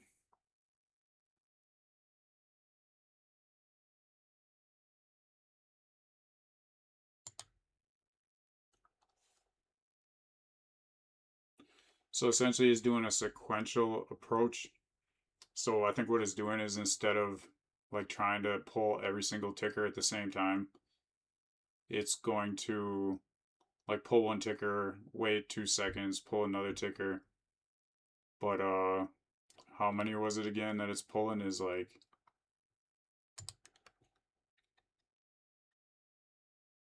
let's see 50. I guess 50 would be too much, but if it's only doing 10, then that's only going to be 20-second loading, and that's not too bad. But I think that if that sequential thing takes more than like 10 seconds to load, I'm going to ask it if it can set up some kind of caching thing or something. Yo, how does it go? Big up everybody in the comments. Hope you're doing well. If you're just tuning in, essentially what I'm doing is building a paper trading app for beginner investors that goes back in time. So essentially, like right now, all the paper trading, which is basically trading with fake money to learn stock trading, are all like current. So like you would buy it today, and then you'd have to wait, a month to find out what happened, and then you can like make your moves, and then go from there. And essentially, if you want a year of data, it's going to take you a year to get that data of like playing along with the current game. So I'm creating right now is an app that doesn't tell you what year it is, but it takes you to a random year in the past like 30 years, and just lets you trade, and it goes like 1 month at a time. So like it'll show the charts for each different stock. Can look at the charts, and it's really using the charts to like make a decision, like just off of chart data. Go ahead and it gives you like $10,000 of fake money to buy stuff, and then you just click the button, it goes in the next month. You can buy and sell based on what it did, and essentially you're getting a year's worth of training in like 10 minutes. So total loading time 70 seconds. Yeah, that's okay. Let's see. So it's okay. The good news now, the behavior is the API route caches the data, serves mock data instantly. Huh, no more infinite retry loops.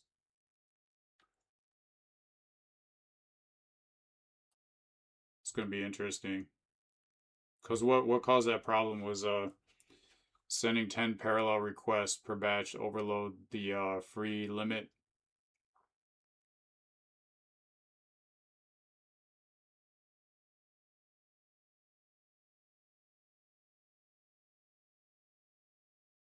So it looks like it's going to go to mock data, and then it'll just get the rest of the data after it loads, like as it's working.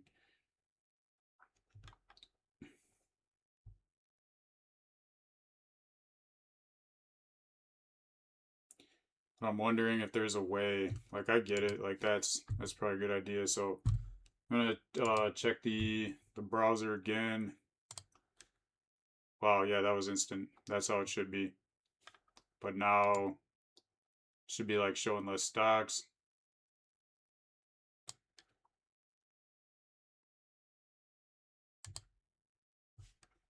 All right, I'll just try this real quick. Oh, keep doing that. Keep putting the dollar amount in the ticker search. Let's buy Apple. Some CRM.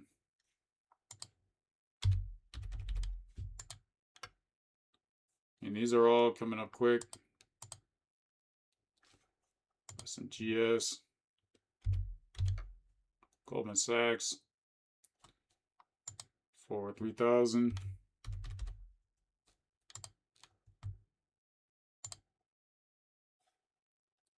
How about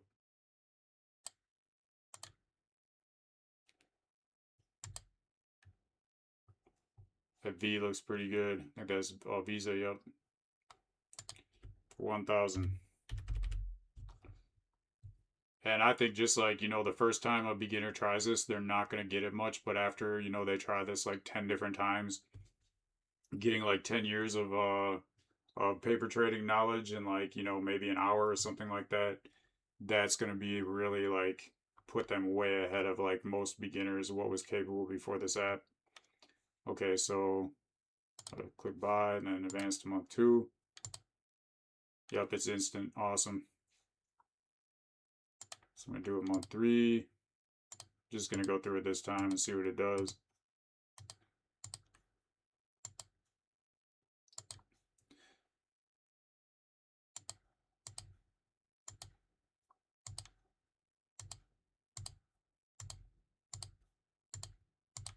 Make sure the analysis comes up.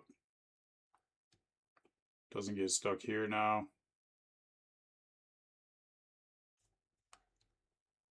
There we go. So that was 2016 for the year. Showed like the value of that year.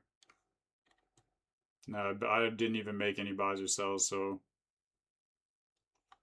yeah, risk management, saying like I didn't leave any cash aside for new opportunities. Yeah, that's like really good for beginners to know. Diversification was like not bad. Timing again, bought them all at the beginning of the year and held. That was like good in a way, but also bad in a way. Patience. And yeah, I guess I didn't do anything, so that would be good. Okay. So yeah, strengths and weaknesses. And start a new sprint, and I'm gonna make sure that it loads. Yep, that's awesome. So yeah, it didn't even take as long as it said. I had to double check because it was saying it was gonna take like 70 seconds or something crazy, and I was like, no, that's too long, but it didn't do it. So yeah, let's see.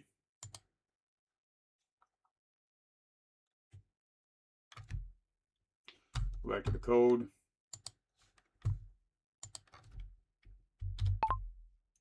All right, the loading time is super quick now. It seems like everything looks good. Essentially, it sounds like the only change you had to make that user would notice is that it is less of a selection of stocks to pick from. Is that correct?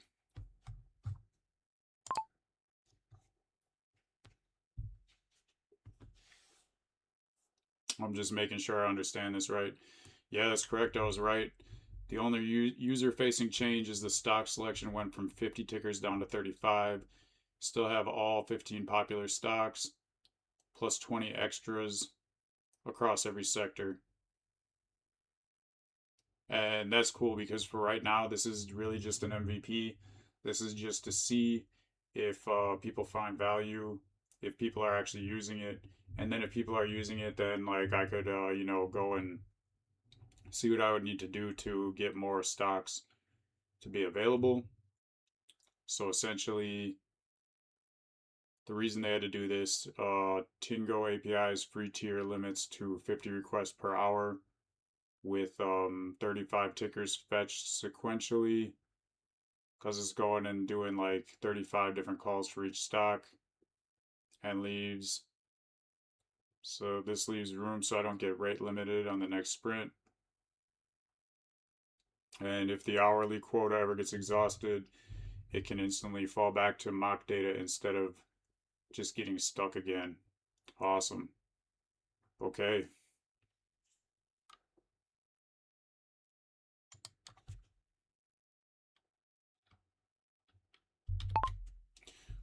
All right, I think it's a good time to push it to GitHub and save it.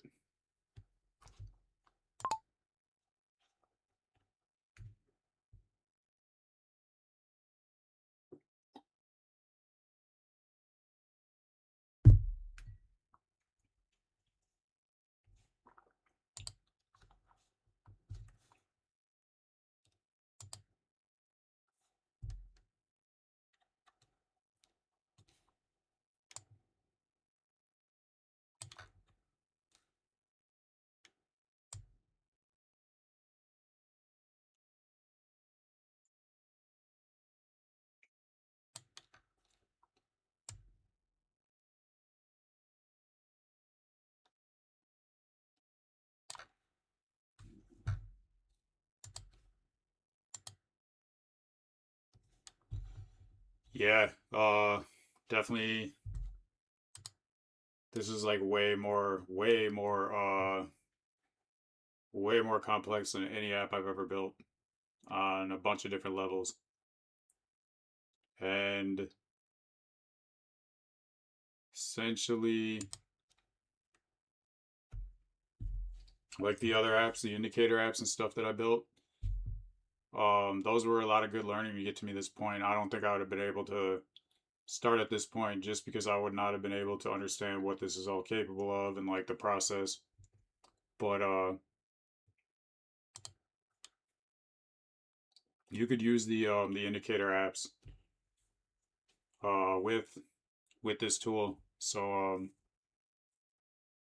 you know, maybe that's like just running through my head. An idea for like a good final project would be essentially like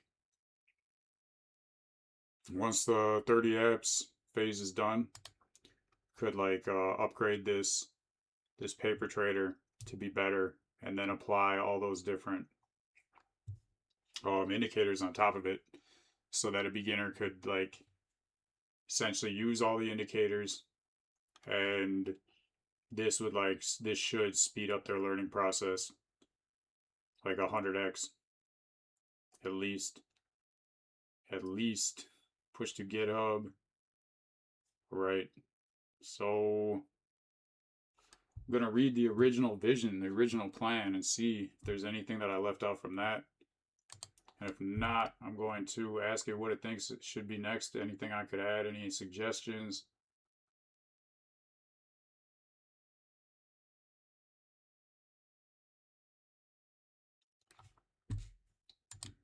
Oh yeah, and I gotta check. I made sure that it's showing 3 years of data now, and it is. So that's awesome. That's way easier for people going just off the chart to make a better decision than the 6 months of data. Okay.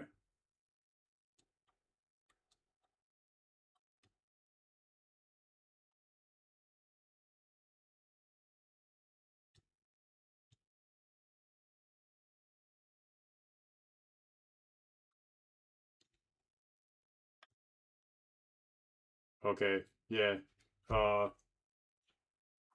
Main thing I want to add that's not there is a performance comparison. So compare the users' final balance against like what would have happened if they had just bought and hold like the S&P 500. Um,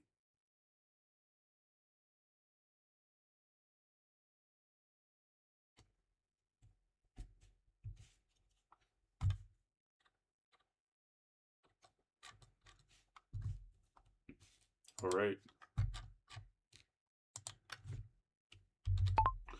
One thing I wanted to add that was in my original vision that I don't see here is after the basically the user is done going through the 12 months for part of the analysis, I want to show basically what their gains would have been if they would have just spent that $10,000 on the S&P 500 and done nothing compared to what their actual gains were from doing the trades for that year. So do what you got to do and implement that into the app.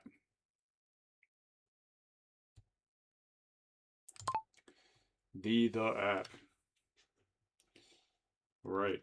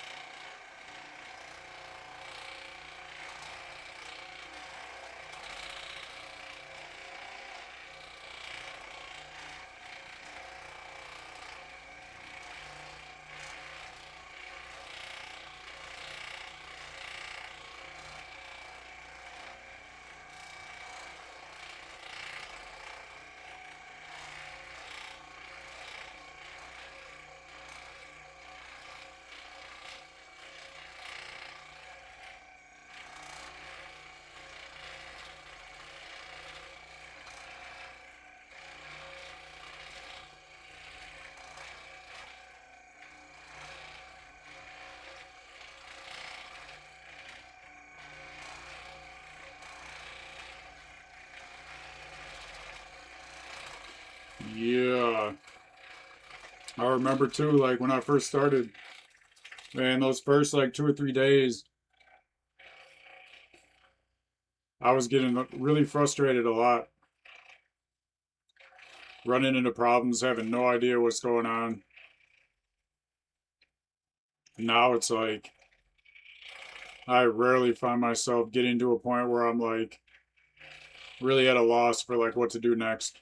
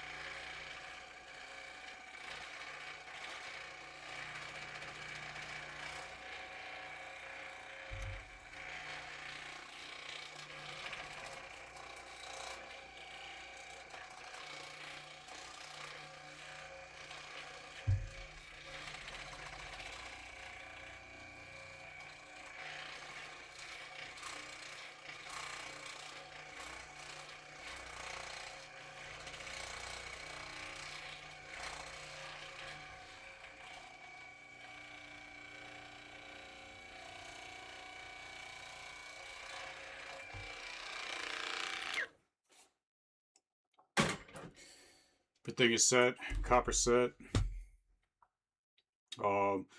Essentially, because I did this, I added on this part at the end.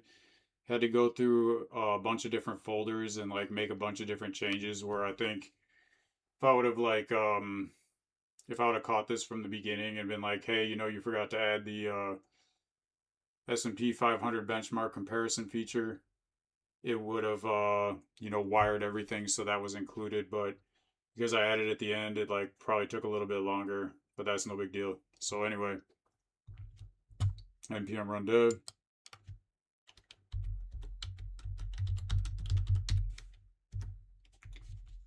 Then I should be able to, maybe it gives me a different,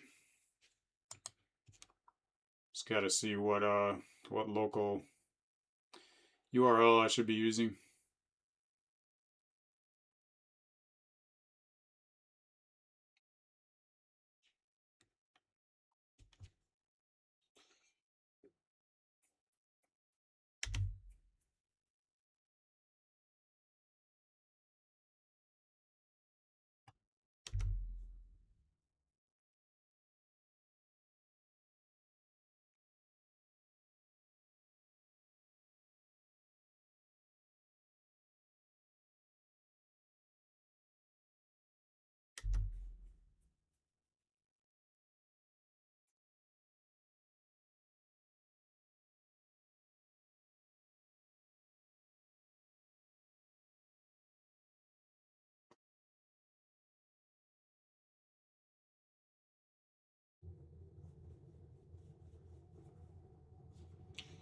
All right, back to 3000.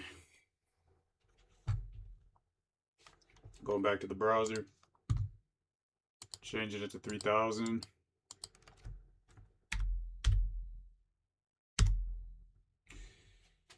And gonna do a quick sprint where I'm not making any changes just to see if the S&P 500 comparison thing worked. And thinking right away it might have yeah, it should be loaded by now. So I just gotta check to make sure that everything works whenever I make a change, because I can't just trust this thing yet. I'm guessing it'll improve over time to where you can, but yeah, it should have loaded by now. All right. All right, okay. Probably the same problem as before. We'll see.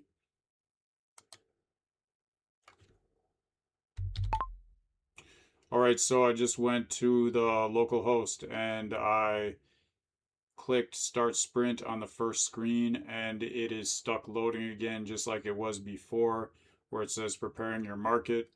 So it seems that there is, if not the same, a very similar error to before. Go ahead, find out what the problem is, let me know what the problem is, and fix it.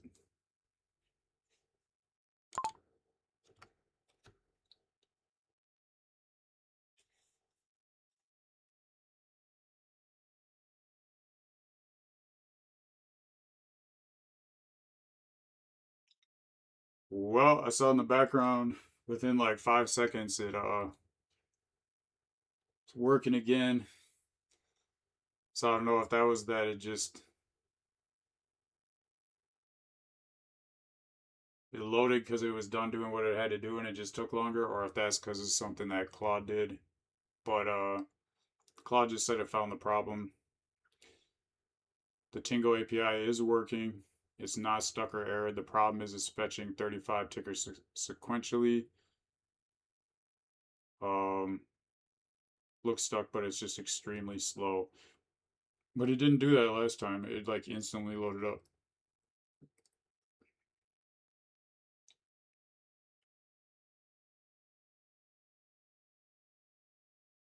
Okay, so they're finding a way to reduce the delay significantly. That's awesome.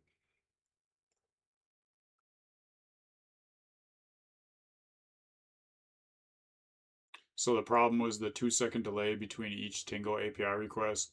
So what it was doing was it was like looking for each ticker from that year, each stock that it has, and it was waiting 2 seconds in between each one. Because when it tried doing them all at the same time, it hit an error. So it took 70 seconds. which is why it looked like it was frozen. So maybe last time I just bought from the time I like restarted the dashboard to hit start sprint, it gave it enough time, whereas this time I just did it instantly. And so now the fixed reduced the delay from 2000, I think that means milliseconds, to 300 milliseconds. This brings the total load time from 70 seconds down to 15 to 20. The hourly quota is still respected since we're only making 35 requests total. The dev server should pick up the change automatically. All right, so it says try it again. It's already on here, so I need to go back here, see how long it takes. So it shouldn't take more than like 10 seconds. And yeah, I guess I'm not counting in my head, but I should have been. That's not bad. Still, I think if this were like on a mass production thing, like I would definitely want to fix that. Oh, I guess essentially having a paid API would fix that without having to figure out a way to get Claude to do it. But yeah,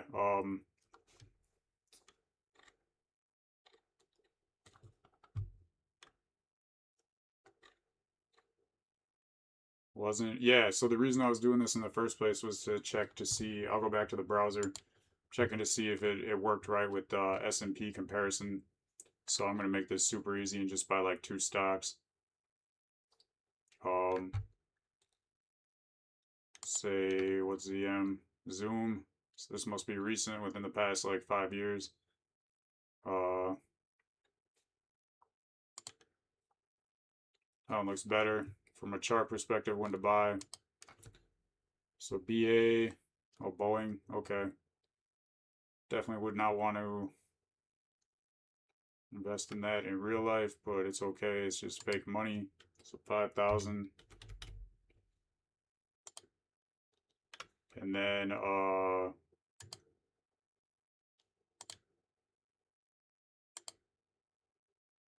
but this one, what's the AXP? American Express, okay. I'll put the other 5,000 in for that. And yeah, this I'm not worried about like getting an analysis, so I'm not going to make any trades. Just going to run through the process.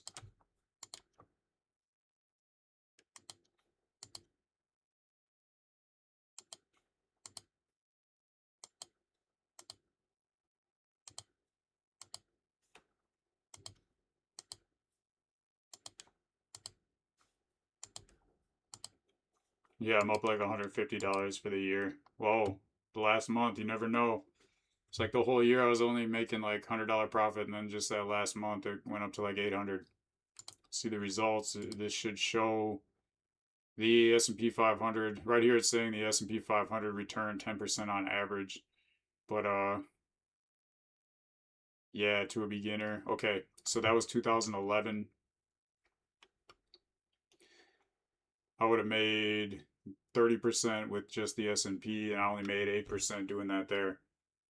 So that's a really important thing to include, I feel like. And this is just providing so much value. Yep, it's got the trading psychology analysis, like an overall analysis, patient holder, yep, because I didn't buy anything. Strength and weaknesses. That's everything looking good so far. Awesome.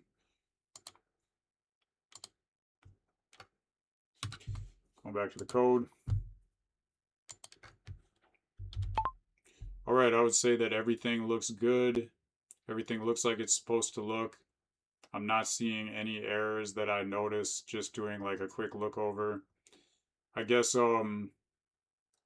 is there anything you can think of to add to this to make it better that would provide more value to beginner investors?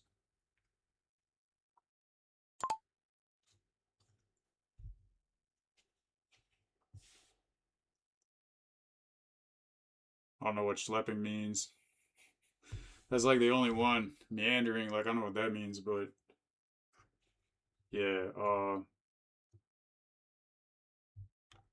so if you're just tuning in, essentially I would say this is a win because I have built out my vision for this trade sprint app.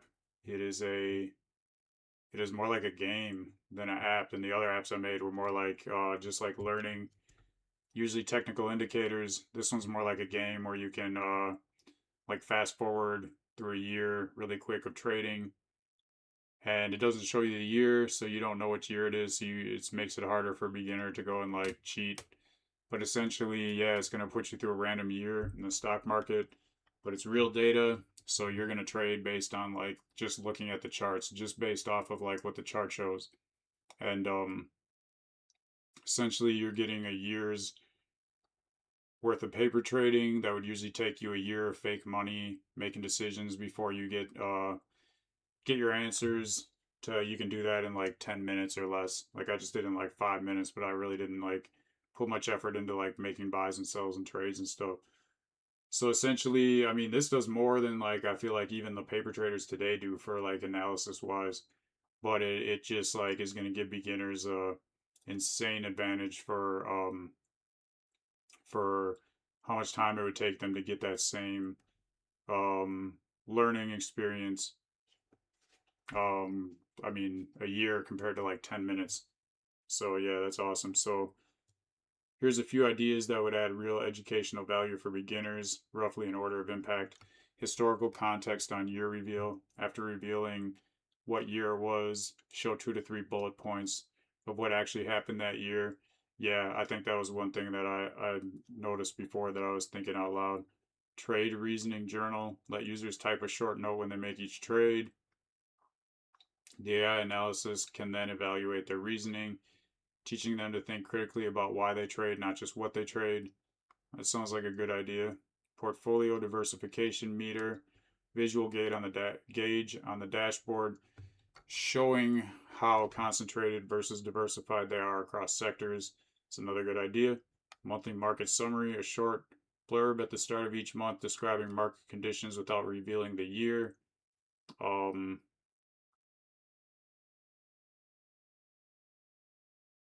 No, I feel like that's going to be too much for beginners.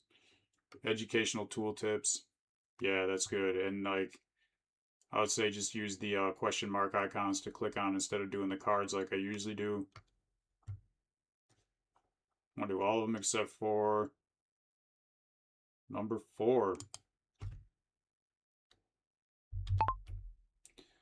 These are all very good ideas. I would like to do all of them except for number 4.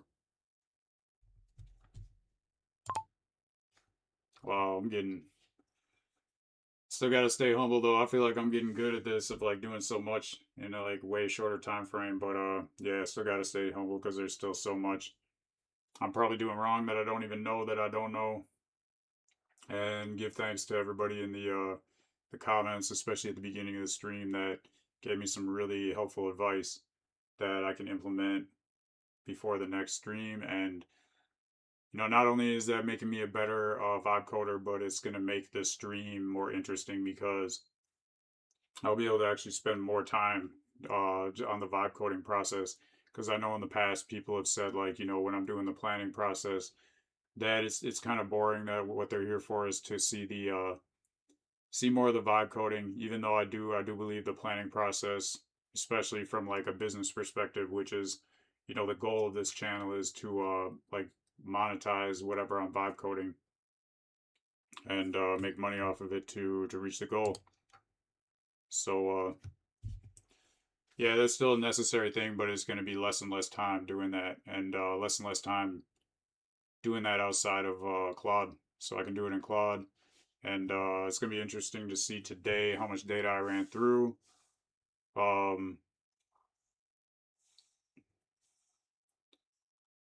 know before since I got the max plan, I've never even got close to running out of I think it's like a 5-hour window of data, but now we got the weekly window that I'm creating more difficult things. It's going to be coming into view, but I still think it looks like I should be fine. Actually, I'm going to check that out right now. See where I'm at. You can just go to in Claude, you can go to settings and then usage, and it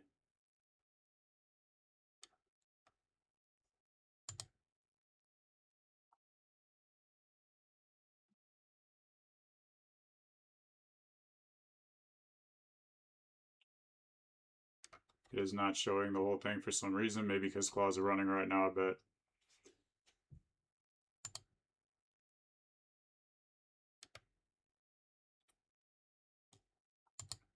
So yeah, I think oh, there it goes. Oh yeah, I'm good, man. Even this session, I'm only 10%. Like I feel like I'm doing 5 times more coding than I was doing for those other apps. And even for this week, I've only used 5%. So definitely the $200 max plan was so far overkill. But feel like, I definitely, the $20 wasn't working.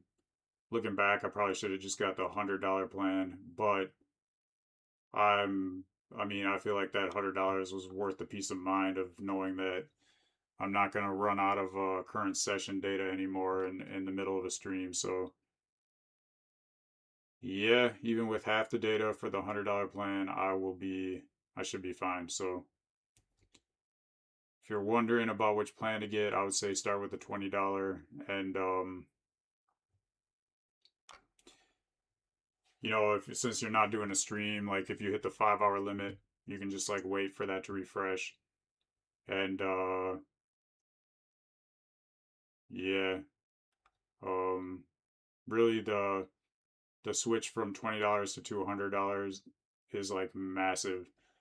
So yeah, like it's totally like worth the money. I feel like if you're using it that much, then you're getting like, well, I'd say at least like 10 times. I mean, I'm just guessing, but I would say at least like 10 times the amount of usage that you're gonna get from the 20 to 200, if not more. So it's totally worth it if you're using it that much. But a beginner, you should only need the $20 plan. And that's cool too, because now I can think what I'll do probably next month is probably downgrade to the $100 plan and then put that $100 into the Google Codex and get a $100 plan there, and start learning both of those things working together. And from what I understand right now is like Claude Code is better for building stuff like I'm doing, but the Codex is better for like doing the audits and security checks, and I could just have it like go through all my apps and just like check everything out like once a week, or probably even like set up some kind of program that I don't even have to tell it to do that. It just automatically does it, whatever is once a week, every day.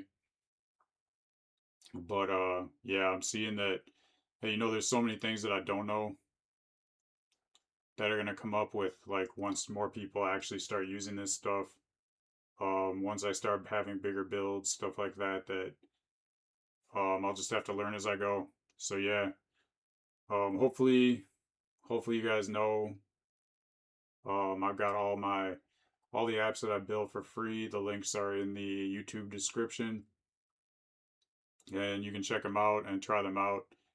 And hopefully, if you get value, just leave a comment. Even if, especially if you don't like something, that's even more valuable to me. If there's something you don't like, don't understand, just be specific. Let me know what it is, and I'll do the fix ASAP. And then you can keep using it and getting a value. But yeah, essentially, I'm not really sure at all like what percentage of this audience.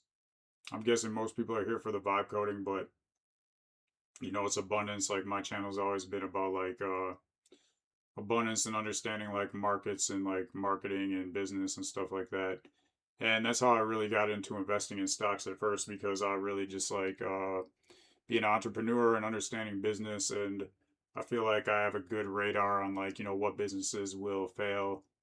It wasn't like the chart analyzing that got me into finance stuff. It was more just the wanting to understand businesses better and how businesses run, and just kind of like, taking bets on businesses and how well they're going to do in the future. And yeah, that's how that all started. And then that technical analysis stuff all came like later, just like finding ways to get more information for better investing. So yeah, essentially what I was getting at is I don't know how much of this audience is really here for the coding, which is the main thing. So I'm hoping that's like the majority of it, but I'm hoping along the way people will get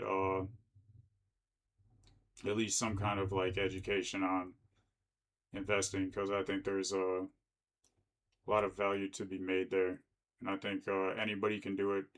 You don't need a degree. You don't need, even if you have no money for it, you can start and like use the app I'm doing today and just like learn paper trading and get good at that. And I mean, look at it like a game. They're like a game, and your score is like your money that you made each year that you're doing that paper trading challenge. So yeah, I did the trade sprint today, and I'm just adding some 4 extra features that I just went over. Yeah, I've still got the code screen up, so it's still showing that.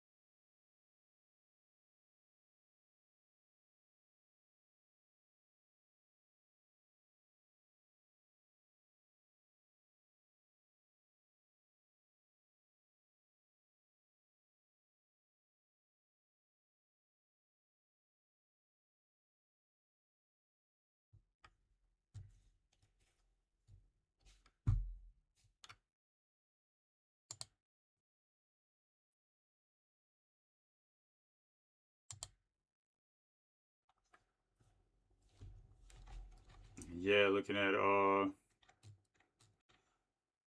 can add some abundance mindset information.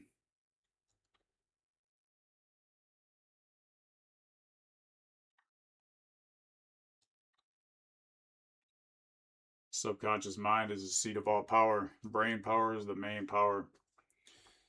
I remember that one. That's a good catchy saying. I remember that from IRI FM. If you know, you know. So essentially, the subconscious mind is the seat of all power. Your subconscious accepts whatever the conscious mind impresses upon it and works tirelessly to bring into physical reality without judging whether it's good or bad for you. So, like I was saying, subconscious does not really judge. It's just like, if you're saying the world is there's not enough, and you got a scarcity mindset, and you're like, I gotta like, fight for every crumb, everything like that, then that's what your subconscious is gonna see, and that's or gonna think, and that's how your mind is gonna work. That's what you're gonna see. If you believe in abundance, as there's enough for everybody, and you just do what you enjoy and provide value, and you will see, everything you needed and more come to you, then that's what you're gonna see. And like, if you like use that judging feature in your conscious mind, like you think someone's a bad person, you're always going to be looking for reasons that are going to justify that person's a bad person, and everything you do is going to like look to see the bad in that person. And that even goes another level to like quantum physics and the observer effect. Like if you're in a room full of people and you convince everybody in the room that someone's a bad person, and they're really not, but everybody's looking at that person like they're a bad person and thinking that with their mind, then that person will start feeling like they're a bad person, and they'll start picking up those traits like they're a bad person. Same thing with good person. If you see like everybody is being a good person, and you're like, you know, helping to prove that everybody's a good person around you, then everyone else is going to see that, and they're gonna like subconsciously lift that person up just from observing that and having that mindset. And you can apply that to businesses you're working on. You know, if you start a business and you're like, oh, this isn't going to work, it's going to fail. I mean, that's probably what's going to happen. If you start a business and you're like, yeah, this is definitely going to work, like, you know, might run into trouble, but like along the way I'll figure it out, then that's probably what's going to happen. So anyways, all the features are implemented. Saying try it out, localhost 3000. So that's what I'm going to do. Let's go into the localhost. And let's see, the browser, start the sprint, and nice, it shows the diversification. It's got the question mark things you can get, and yeah, I'm gonna do it super simple. So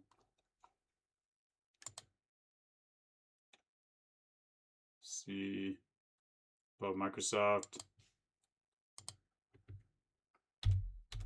just buy 2 stocks.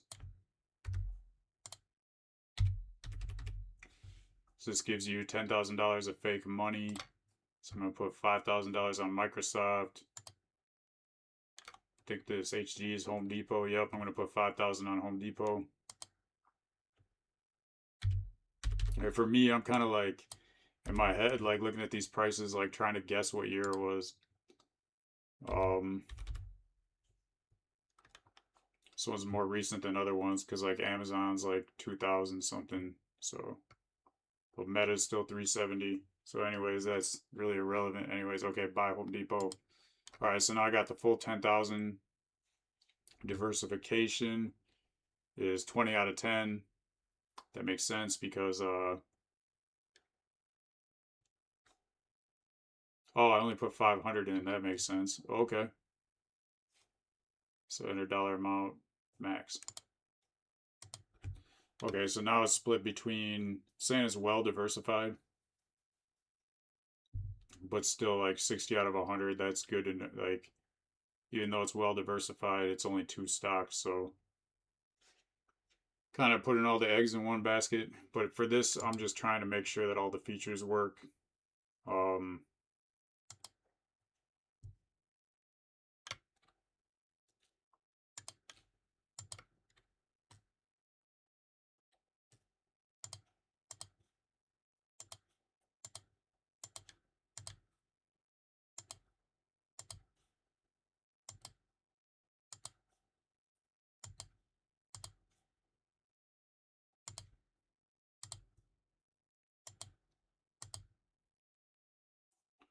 Look at that. Microsoft went up 23%. Home Depot went up 2% over this year.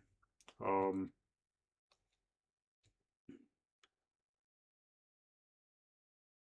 what is this? Bunch of numbers like bunched up together. Not a big deal though.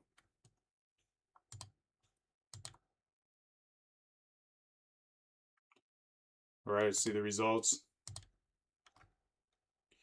All right, so the main thing I'm looking for now is that it's showing that comparison to the S&P, and also the historical context on the year review. So yeah, that's awesome. It added this part. So that was 2003. Markets began recovering. S&P 500 gained 26%. The Iraq war began in March. Yeah, war is never good usually for the stock market unless you're buying stocks that make money off war, which there's a few of them.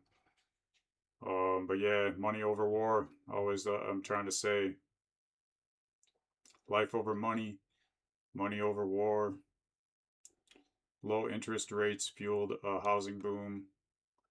Making money off war is not a good business model, in my opinion, because I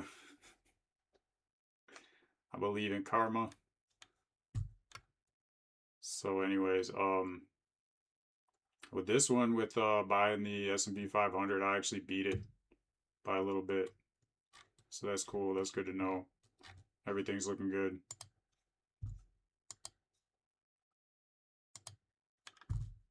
Go back to the code, push it to GitHub again.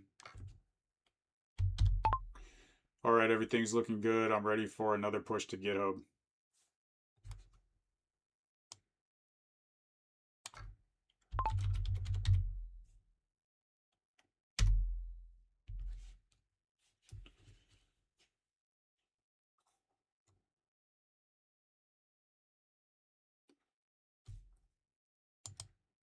All right, so with visualization, mental imagery, when you vividly imagine a desired outcome as already accomplished, you're going to impress this upon the subconscious.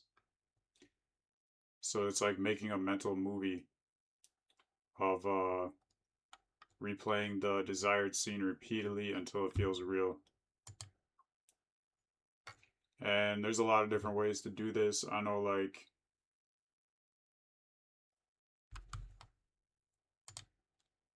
one of the major crypto investors that I follow that I felt like has been very accurate. And I remember this man started like working at a grocery store and just like using his grocery store paycheck to buy crypto. And now dude is like living in Dubai and he's like uh multi millionaire, like making like $1 million trades every other day like it's nothing, and living up in his high rise, sponsoring like all kinds of crazy F1 races. But anyways, yeah, this man was talking about when he got started, when he had nothing, like he just essentially like wanted to have like big things like material wise. So the only thing he could find like that was like that was he found like a thrift store and he bought like a Louis Vuitton wallet and just like held onto that wallet and thought about it every day. Like that was, that was where he was at. That was where he was already there. He already had like that kind of money. And he was always saying how he thinks that was like a massive effect. So, you can do things to speed up visualization. So essentially pushed it to GitHub. I'm just going to check GitHub real quick. Make sure it's updated recently. Yes, it has. All right. So I'm going to make that link over to Vercel.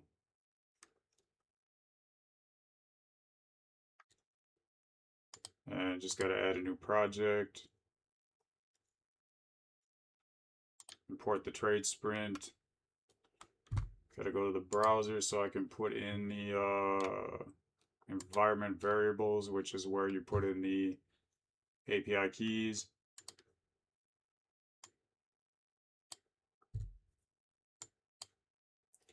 So I got two on this one. I got Gemini and Tingo.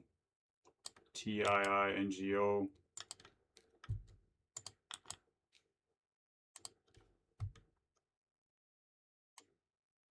And making sure that before the name of the API key, it does not have next public in front of it.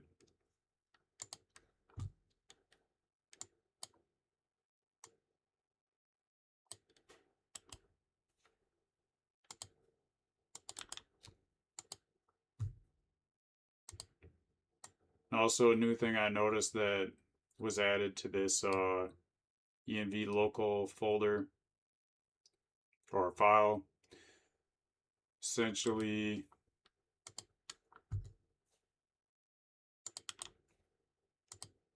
just like how an API key is set up, there's a mock data, and I could manually even go in here and change it to true, and it would switch from the API keys to the mock data. But right now it's false, so it's meant to use the API keys.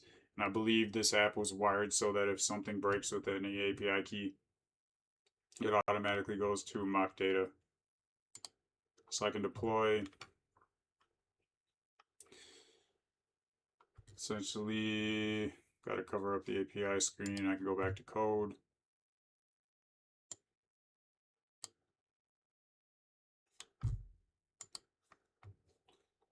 deploying on Vercel right now. Vercel is going to make this live, and also I'm gonna, Vercel has its own analytics that I'm going to set up that I got to have Claude Code help me with. But yeah, feeling good about this one. I mean, I just made something way more difficult than I've ever made before, and I did it in a good amount of time. All right, testing it locally. It's looking good. Got to put it in the analytics.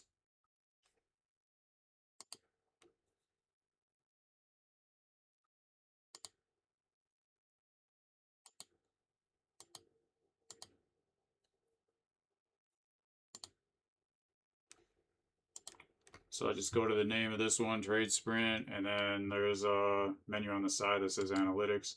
Click that, click Enable. Then it's asking me, do I want to do the free analytics or the paid? I'm going to do the free. That's still more than enough, like 5,000 tracks per month. And then I get a piece of code to copy that they're saying like go and paste this into like the right folder, this code. But to make it easier, I'm just going to give that code a Claude Code and let it know what I'm trying to do. All right, I just started a new project for this Trade Sprint project on Vercel, and I just installed analytics. I'm going to give you the code that I got from Vercel for the analytics, and I want you to do what you need to do to make sure that the analytics are hooked up properly.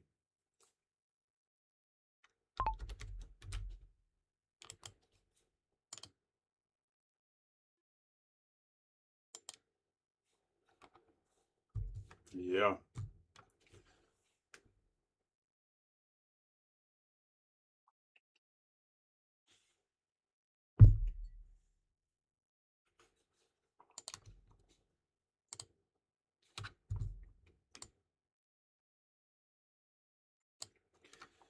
Yeah, so really only ran into a few problems.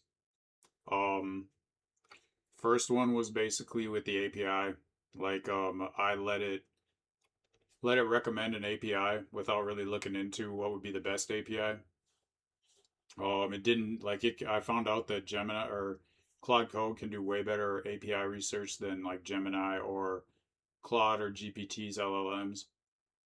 And essentially, that original API didn't work. So then I was like, figure out why that didn't work. I figured out why because it couldn't get a far enough time frame back to do this app. Couldn't look back far enough in the past on the free tier for that one. So I was like, okay, we'll do a research and see which APIs for finance can look back far enough into the past to do the free tier. So I was able to research a bunch of different finance APIs. It found one that would work for what I needed. And I was like, okay, cool. Like I should have done that from the beginning. Now I know to remember to do that from the beginning to make sure it gets the right one, so it doesn't have to go like rewrite stuff because I already like got the API for the one that didn't work and put in the code and the key. So then I had to go back and get the new one and put in the new code. So anyways, that wasn't a big deal, but figured out that it's capable of more than I understood and I can do that from the start. So there was that, and then it was because it's pulling up so much more information. Usually I only have a pull up the apps I made before would just pull up like one thing at a time for like whatever stock you're looking for. But this had to pull up like historical data of like, 50 different stocks, and it was trying to do it all at the same time. And that was causing it to crash. So what it had to do was change it so it was like looking up one and then waiting a second and looking up the next one. So that worked to fix that problem. And yeah, just a few random things where like things didn't show up like they needed to, and I just had to like give it like one prompt and say, hey, this isn't doing what it's supposed to be doing, just go fix it.